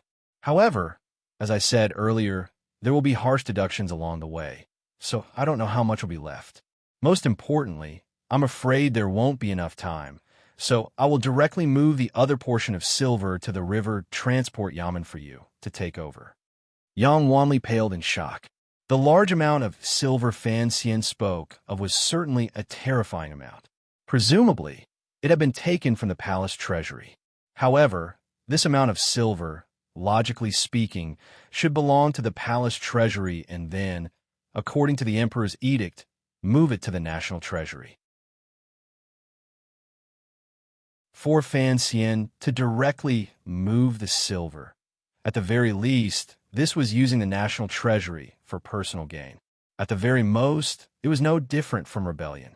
"Time is too tight," Fan Xian said helplessly. Fan Xian helplessly said, "In the past, the movement of silver took more than half a year. At that time, damn it, the river would have burst its banks long ago. Bureaucracy kills people." At this time, Yang Wanli knew that Fan Xian's risky and unprofitable method was certainly not for his own benefit. Rather, it was because he wanted the matter of the river repair to quickly step onto the right path. Although he was moved in his heart, he was more worried about his teacher. He anxiously urged, "Sir, you have to be careful in this matter. If someone finds out, what will we do?" Fan Xian smiled and said, "What are you afraid of? Could the emperor bear to kill me?" Yang Wanli thought about it. It was indeed the case. Although it was impossible to explain the source of this silver, as long as it was used on the river works and not used to privately raise deaf soldiers, how could the emperor make life difficult for his own son? The source of the silver? He asked carefully. In reality, he knew that the source of the silver could not see the light of day. However, if he didn't ask clearly, he would always feel uneasy. "Swindling, cheating, stealing, I like to eat rich people," Fan Xian said with a smile.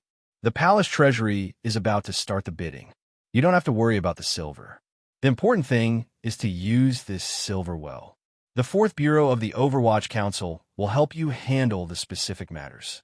There will also be people in the Ministry of Works who will help you cover it up. You don't have to worry too much." Yang Wanli understood as soon as he heard this.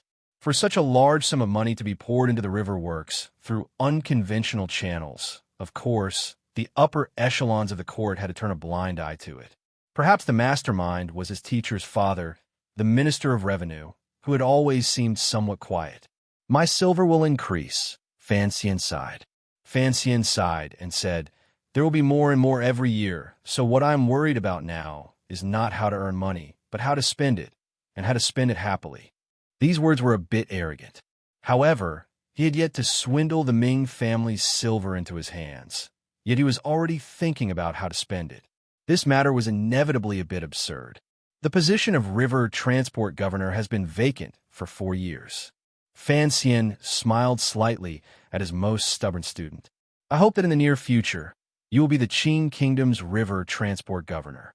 Furthermore, you will be the first non-greedy river transport governor in history." Yang Wanli stood proudly. A red sun rose in his chest, and lofty sentiments rose. The reason he had to move Suzhou's silver into the river works was to make the most of the time. Before the autumn floods, he had to make the minimum repairs to the river banks riddled with holes.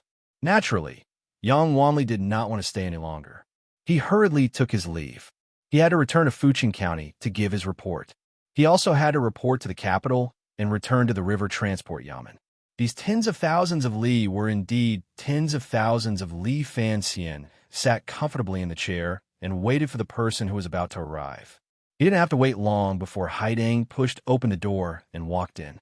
She looked at Fan Xian like she was looking at a god. A moment later, she quietly said, "The question is, where did you get so much silver?" "Tomorrow, the palace treasury will open the bids," Fan Xian said with a smile. Fan Xian smiled and said, "If Xia Qifei is not an idiot, he will certainly be able to raise the price to a suitable level. 40% of the deposit is not a small sum. Since the Ming family has so honestly handed over the silver to the transport company with both hands, I have to spend it to be worthy of the Ming family." Haidang shook her head and said, "The imperial censor has already come from the capital. The Jiangnan governor's manor will also send people to listen. You won't be able to move much of this silver." She continued, "Even if Xia Qifei is able to take over the Chui family's route, it will still take at least 7 months for the goods to turn into cash." Fan Xian smiled and gazed at the girl. "In any case, it is to transport goods to the north. In any case, your emperor is going to pay up. Furthermore, my transport company Yamen has enough silver stored away. After the matter is settled, I will transfer some silver from Taiping Money House to use first. Presumably, you won't have too many objections." Haidang immediately smiled bitterly and said, "That is not bad. It is only 7 months. You can always pay it back. However, the emperor does not know of your arrangements. Furthermore, using the silver that the Qi internal court has worked so hard to save for so many years to build a river for the Qin kingdom, no matter how you look at it, this cannot be justified, right? This matter could not be justified. If the clever little emperor of Northern Qi knew of Fan Xian's way of playing, he would probably be so angry he would vomit blood." Fan Xian spread out his hands and gazed at Haidang with a compassionate expression. Duo, you once said that the people of the world are all favored by heaven. We have to treat them as people. If the river bursts its banks and drowns the Qing people, are they not people? Do you have the heart to watch this happen? The silver of the Northern Qi internal court, the silver of the Ming family, the silver of the court, are they not all the silver of the people of the world? I'm only taking a great risk to use it on the people of the world." "What is wrong with that?" Haidang smiled slightly and nodded. "Of course, it is not bad to use the silver of the people of the world on the people of the world. However, if in the future there is a time of famine in the Qi territory, I hope that Sir Fan will not be stingy with your assistance." Fan Xian didn't even think about it. With a smile on his face, he said, "Of course." It seemed that Haidang had not expected him to answer so quickly. She couldn't help but freeze to the spot. She didn't know if he truly thought this or if he was just casually making a joke. After all, there were too few people in this world who truly did not have the concept of a country. Haidang shook her head and said, "Let's not talk about the matter of silver for now. However, you truly surprised me today. I have seen many officials and powerful officials who are greedy for silver, but I truly did not think that you would use your greedy silver on such a matter." Fan Xian slowly raised his head and said with a not-quite-there smile, "Is it hard to understand? In reality, it is very easy to understand. Just as I said to Wanli earlier, silver is only a tool. It is only a method used to obtain physical and psychological pleasure. Earning silver is difficult, and spending silver is even more difficult. How can one spend it comfortably? Some people like to buy horses, some like to buy beautiful women, some like to buy manors to become landowners, and some like to buy official positions. And for me, these are all too simple matters," Fan Xian continued. "Since I'm going to spend silver to buy pleasure, then I have to spend the largest amount of silver to buy the greatest pleasure in the world. Pleasure alone, pleasure for all, which is pleasure." Fan Xian began to use Old Master Meng to educate Haidang. Haidang smiled slightly and sat down. "So, When all is said and done, you just want to make yourself happier. Just like you mentioned in your letters before, you hope that this world can be more beautiful. If you live in it, you'll also be more at ease. Correct, Fan Xian said with a smile. Fan Xian smiled and said, even if you live in luxury and gather power in one body, once the country falls and people die, how can you enjoy it? Even if you sing loudly, have beauty to accompany you, and travel the world without a trace of cloud, your body is surrounded by hungry corpses and black crows pecking at you. How can you be happy? Raising a dog to bite people and laughing loudly. This is a very low-quality life of a hedonistic young master. I cannot be happy. In the end, he came to a conclusion. One person is good, but tens of thousands are not. This is not good. Only when everyone is good is it truly good. Haidang stared into his eyes and suddenly shook her head helplessly. I really don't know which of your words are true and which are false. Just what kind of person are you? Fan Xian thought for a bit and then said sincerely, why has no one ever believed me? Actually, I'm a good person. Haiding lowered her head and hid her lake-like clear eyes. In a quiet voice, she said, good person, tomorrow, the palace treasury opens the bidding. Do you plan to continue being a good person? Fan Xian's expression calmed. Sometimes, not only am I not a good person, I am also an evil person, a butcher. However, these two do not conflict. Haidang did not continue this topic. She seemed to ask very casually, these 2 mornings, you have begun to resume your cultivation again. Is the condition of your Jinqi better? In reality, starting from a lakeside in the west of Hangzhou, Fan Xian's daily routine meditation at dawn and dusk had begun to recover. However, for some reason, he unconsciously avoided Haidang. It was as if there were some things he was hiding from her. Now that Haidang had asked this to his face, Fan Xian did not respond. He only smiled and shook his head. Haidang smiled faintly and asked again, the idea of spending money you spoke of earlier is indeed new. However, there are many injustices in the world, and there are many poor and needy people. Why did you choose the river works first? Charitable halls will gradually open in various places. The court will think of a way to settle the refugees in the Jiangbei area. The emperor and I have discussed this before, Fan Xian said calmly. I must hold at least a portion of the palace treasury's silver in my own hands and then use it to do some appropriate things. Is this the last wish of some elder? Haidang asked curiously. Fan Xian smiled and didn't say anything. You still haven't answered me. Why did you choose the river works first? Fan Xian still did not answer. A picture appeared out of thin air in his mind. In the picture, a beautiful yellow-robed woman was standing on a rock by the river.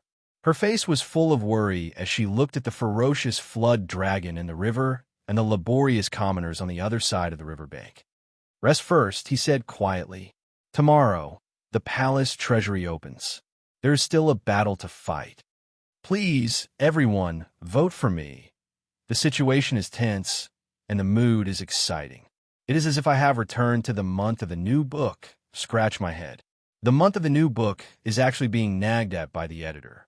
The situation of the battle is not as tense as it is now. To be continued. If you want to know what happens next, please go to www.cmfu.com. There are more chapters. Support the author. Support the original reading.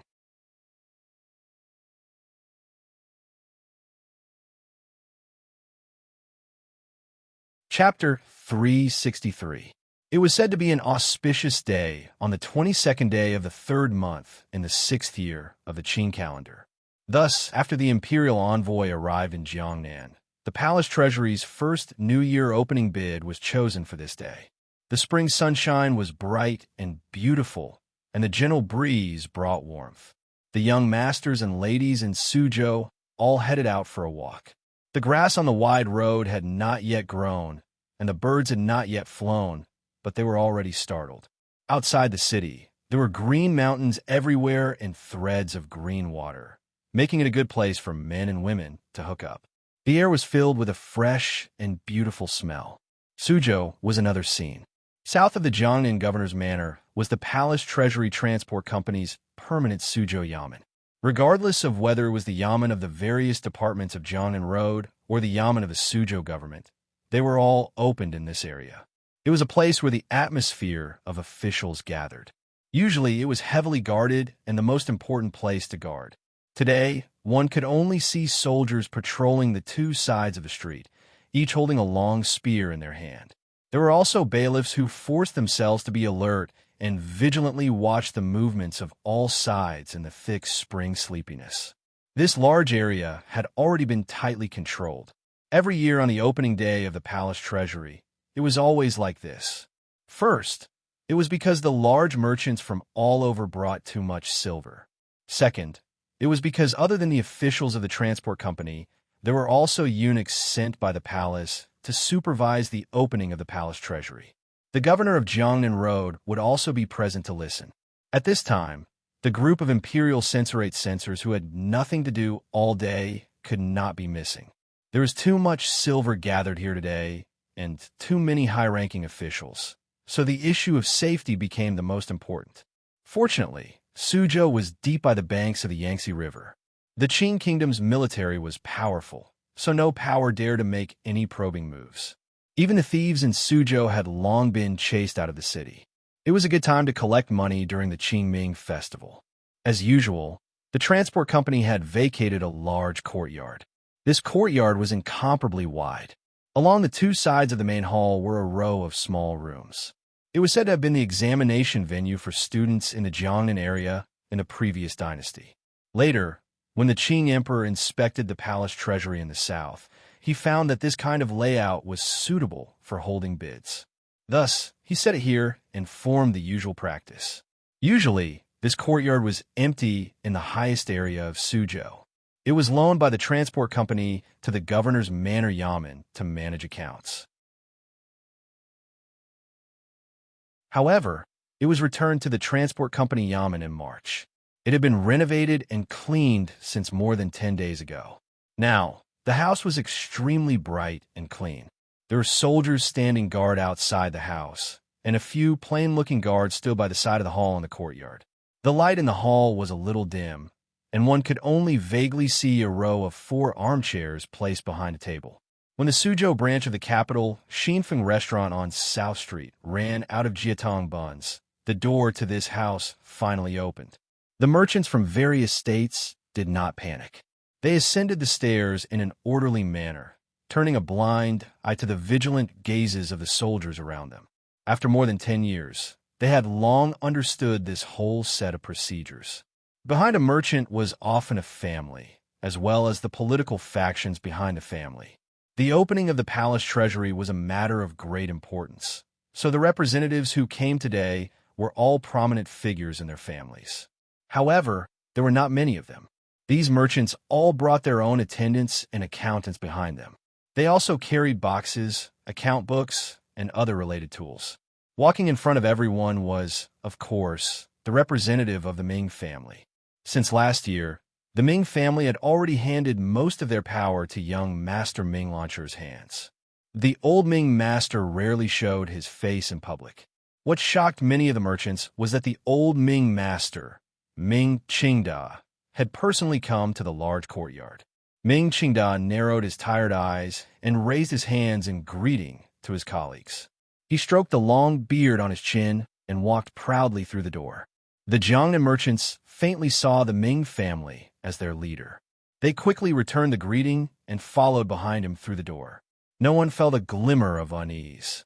Since it was the palace treasury bidding, of course, the Ming family would go first. Everyone did not understand why the Ming family would be so cautious today and even invite the old master. Occasionally, someone would think of the new head of the transport company in the palace treasury, the imperial envoy. They would also think of the young master of the Ming family, communicating endlessly in secret this month. Only then did they faintly guess that today's palace treasury bidding would probably not be as smooth as in previous years, nor would it be as bright and joyous as today's spring scenery. The 2 rows of rooms under the eaves had long been pasted with names. The families entered one by one. The Ming family was in the first large room on the left. They had brought the most people, a full 16 shopkeepers and waiters. Once they entered the room, there were servants arranged by the transport company to pour them tea, hand over warm towels, and some exquisite pastries. Although it was the government that had opened the bidding, they knew that these rich people had to be well received. Using the words Fan Xian had said with a smile after learning of the previous arrangements, if they were going to kill a pig, they had to fatten it up first. Ming Qingda sat steadily in his chair. His eyes narrowed slightly as he looked at the lights scattering through the courtyard outside. Before entering the courtyard, he had made eye contact with the merchants and knew that everyone's thoughts were the same. In the face of profit, no one was willing to raise the price, particularly those merchants. They did not dare to offend him. Thinking of this, Ming Qingda's heart relaxed slightly. He asked in a low voice, "How much longer?" Ming Launcher stood obediently by his father's side. He lowered his body and said, "Soon." He stretched out a pair of white hands and brought the tea in front of his father. His hands were so clean, it was as if they had never been stained with blood. Ming Qingda nodded. Since the court was still inventing bids, and no one in the world had the wealth to fight with him, there shouldn't be much difference from previous years. For some reason, his lips were still a bit dry. Perhaps it was because he was gradually getting older, and his energy was always lacking. Thinking of this, a strange emotion welled up in the master of the Ming family's heart. His mother was already so old. Why was her body still so healthy? Ming Qingda unconsciously swept his gaze across and easily identified the families these rooms represented. Although he had rarely personally entered the market these years, his friendship with the older generation was still there. The families that had come today were all descendants of the second generation. Presumably, they knew that of the 16 palace treasury bids, the Chui family could fight for the ones the Ming family had vacated. As for the 8 that the Ming family had set in stone, they could not move. However, the door to the last room under the eaves was still closed. No one knew which family had sent in their bid, but the person had not arrived yet. Ming Qingda took a sip of tea and moistened his throat. He furrowed his brows and said, "Whose family is B6? It's about to start. Why hasn't the person arrived yet?" Ming Launcher was startled and was unable to reply. He had clearly investigated in detail, so why was that room still empty? Some kind of warning sign began to grow in Ming Qingda's heart. After Fan Xian returned the 400,000 Liang banknotes, he sank into silence. He didn't know what exactly the imperial envoy was thinking. He glanced at his son and said with slight anger, "When doing things, you have to be watertight. You haven't even checked the person clearly. What if something goes wrong later?" Ming Launcher's expression was slightly embarrassed.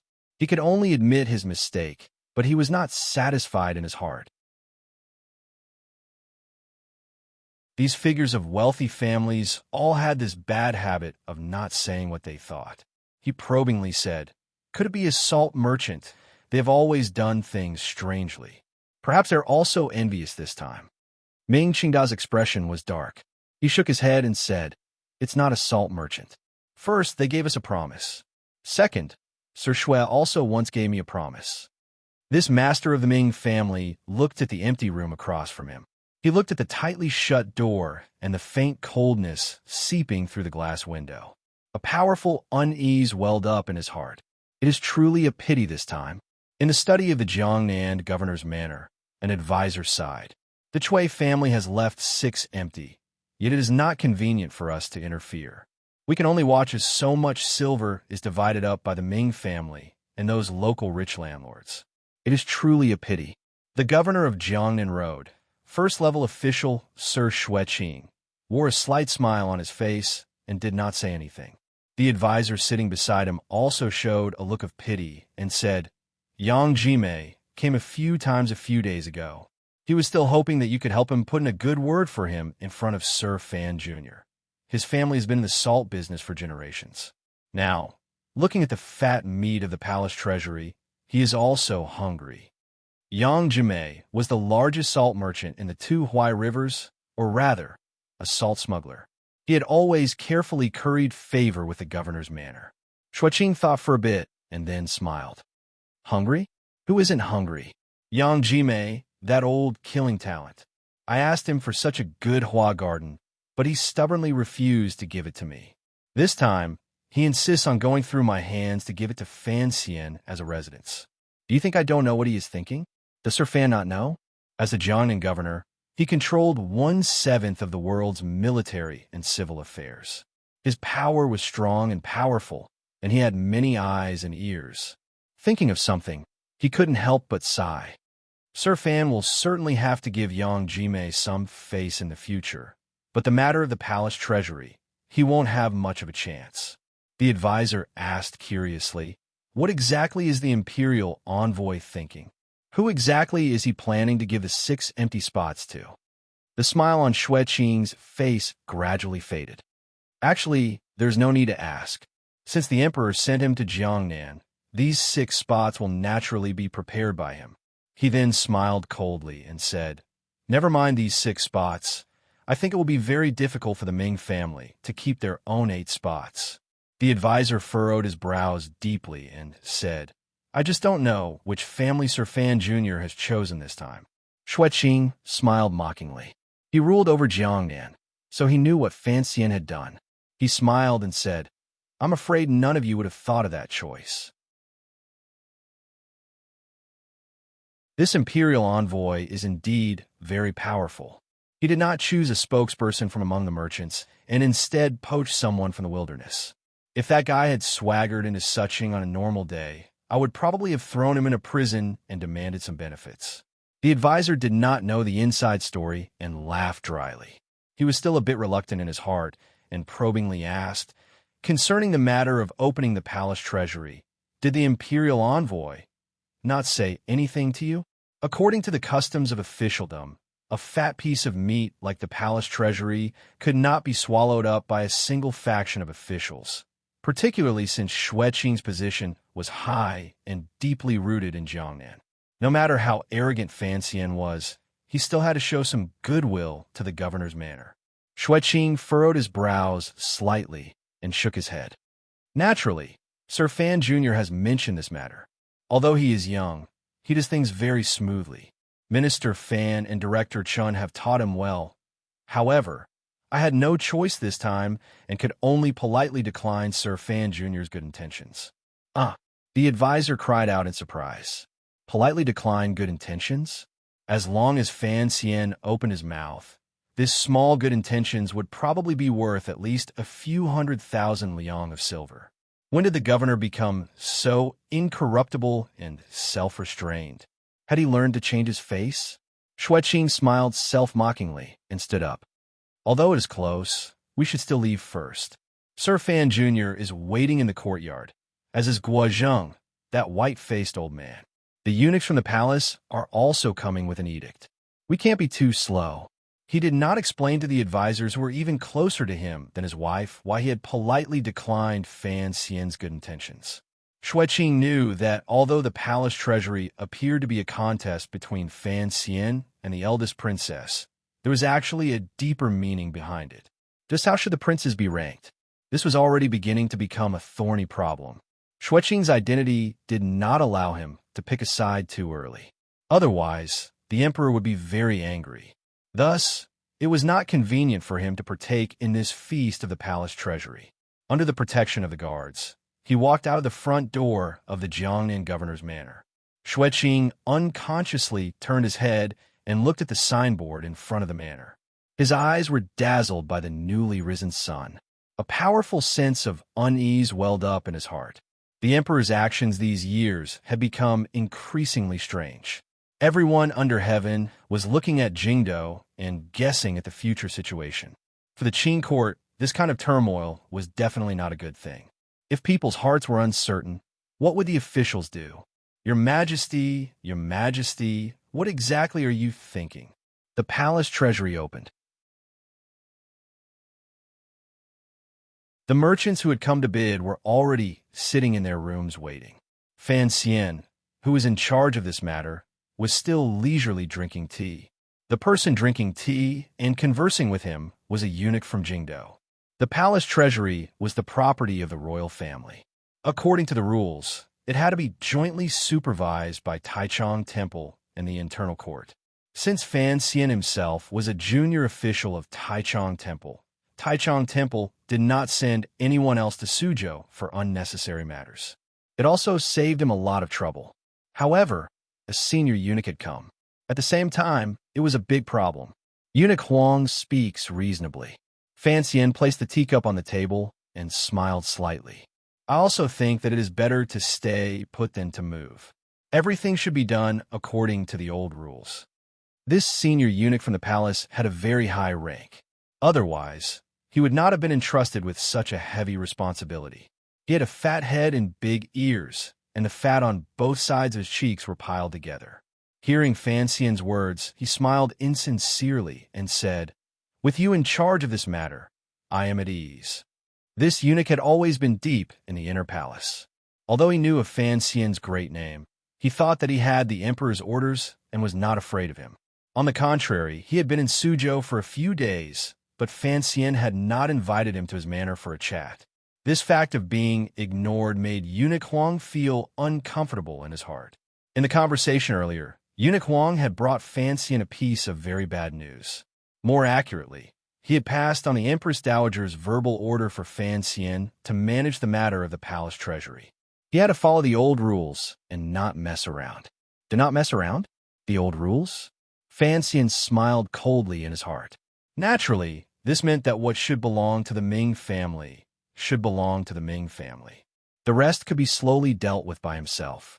It looked like, after the eldest princess returned to the capital, the Empress Dowager's heart ached for this young daughter. She had pulled a long face and used so much face. He knew that the Empress Dowager was warning him not to go overboard in his actions. He had to leave some living money for the members of the royal family to spend.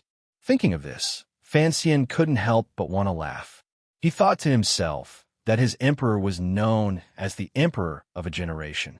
How come he was living more and more these years? How could he allow his mother and sister to send the family business to his son's manor? Of course, he knew that the emperor was not a simple person. However, he was becoming more and more confused as to why the emperor had created such a chaotic situation. If you want great governance, you must first create great chaos. He unconsciously furrowed his brows and said, "What?"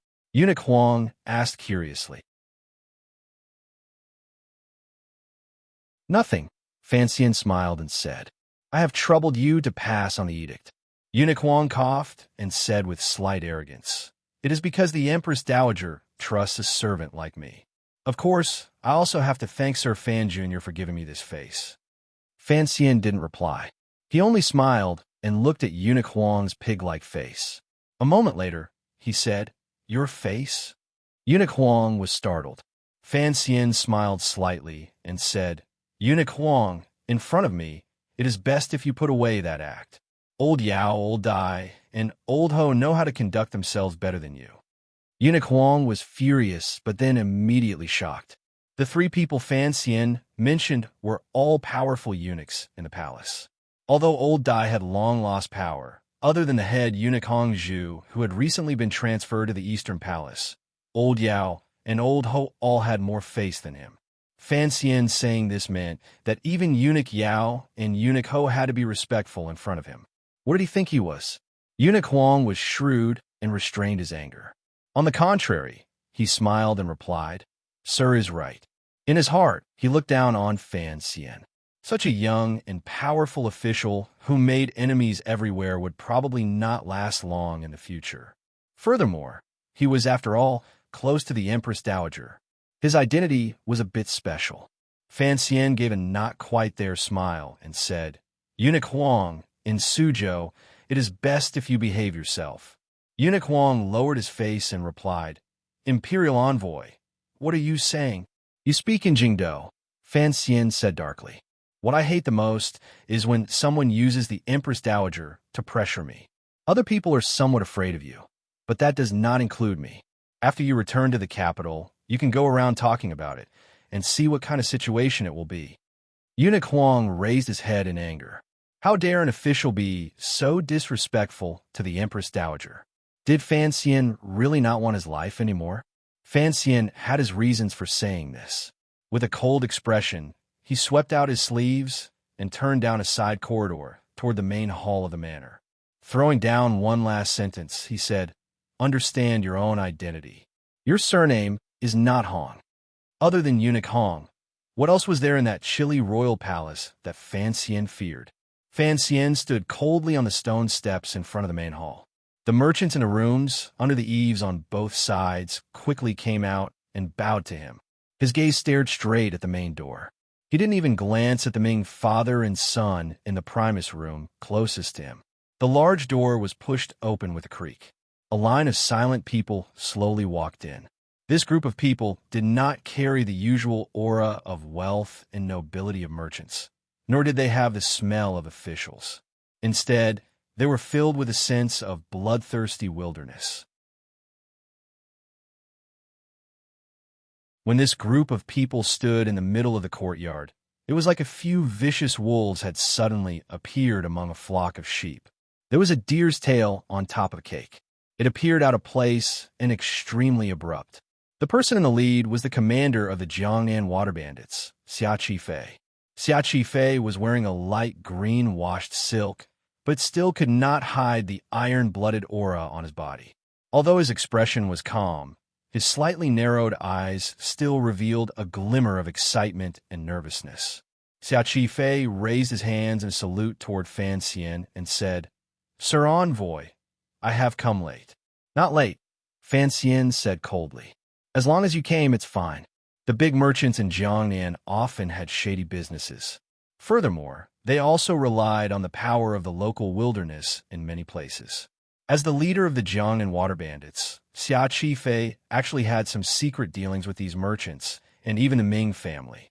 Therefore, there were some people who had seen Xia Qifei's true appearance. Today, when he led his subordinates to stand in the courtyard, there were people with sharp eyes who immediately recognized him. The whispers gradually rose and gradually turned into countless exclamations of surprise. Even water bandits had come to the palace treasury to bid. The large merchants looked at Xia Qifei in the courtyard with faces full of terror. They couldn't resist glancing at Fan Xian standing on the stone steps. No matter how they thought about it, they could not understand this matter. Water bandits doing business? Then what would they, the merchants, do? Were they going to be mountain bandits? This world, ever since Sir Fan Jr.'s name had appeared, it seemed to have become strange and motley and difficult to grasp. What these Jiangnan merchants were more curious about was, even if Xia Qifei went around robbing, how could he gather so much silver? However, since these Jiangnan water bandits had already entered the door of the palace treasury, presumably they had at least paid the security deposit. If water bandits could make so much money, then why did they still need to work so hard to do business? Standing in the doorway of the room closest to the stone steps, Ming Qingda narrowed his eyes and looked at the last person to enter the courtyard. In a quiet voice, he said, "Who is this person?" "It should be Xia Qifei," Ming Launcher said next to his father's ear, "the leader of the Jiangnan water bandits. I've had some contact with him in the past, but I've never seen him in person. I don't know what's going on, but he's also here today to join in the fun." Ming Qingda's eyes narrowed even more. It was almost impossible to see the deep coldness in them. They only heard him faintly say, "Looks like this person is a chess piece the imperial envoy planted in advance." At this moment, Xia Qifei slowly turned his head and met the gaze of the master of the Ming family. He smiled slightly. His smile was very sincere, revealing boundless enmity and bloodthirsty desire.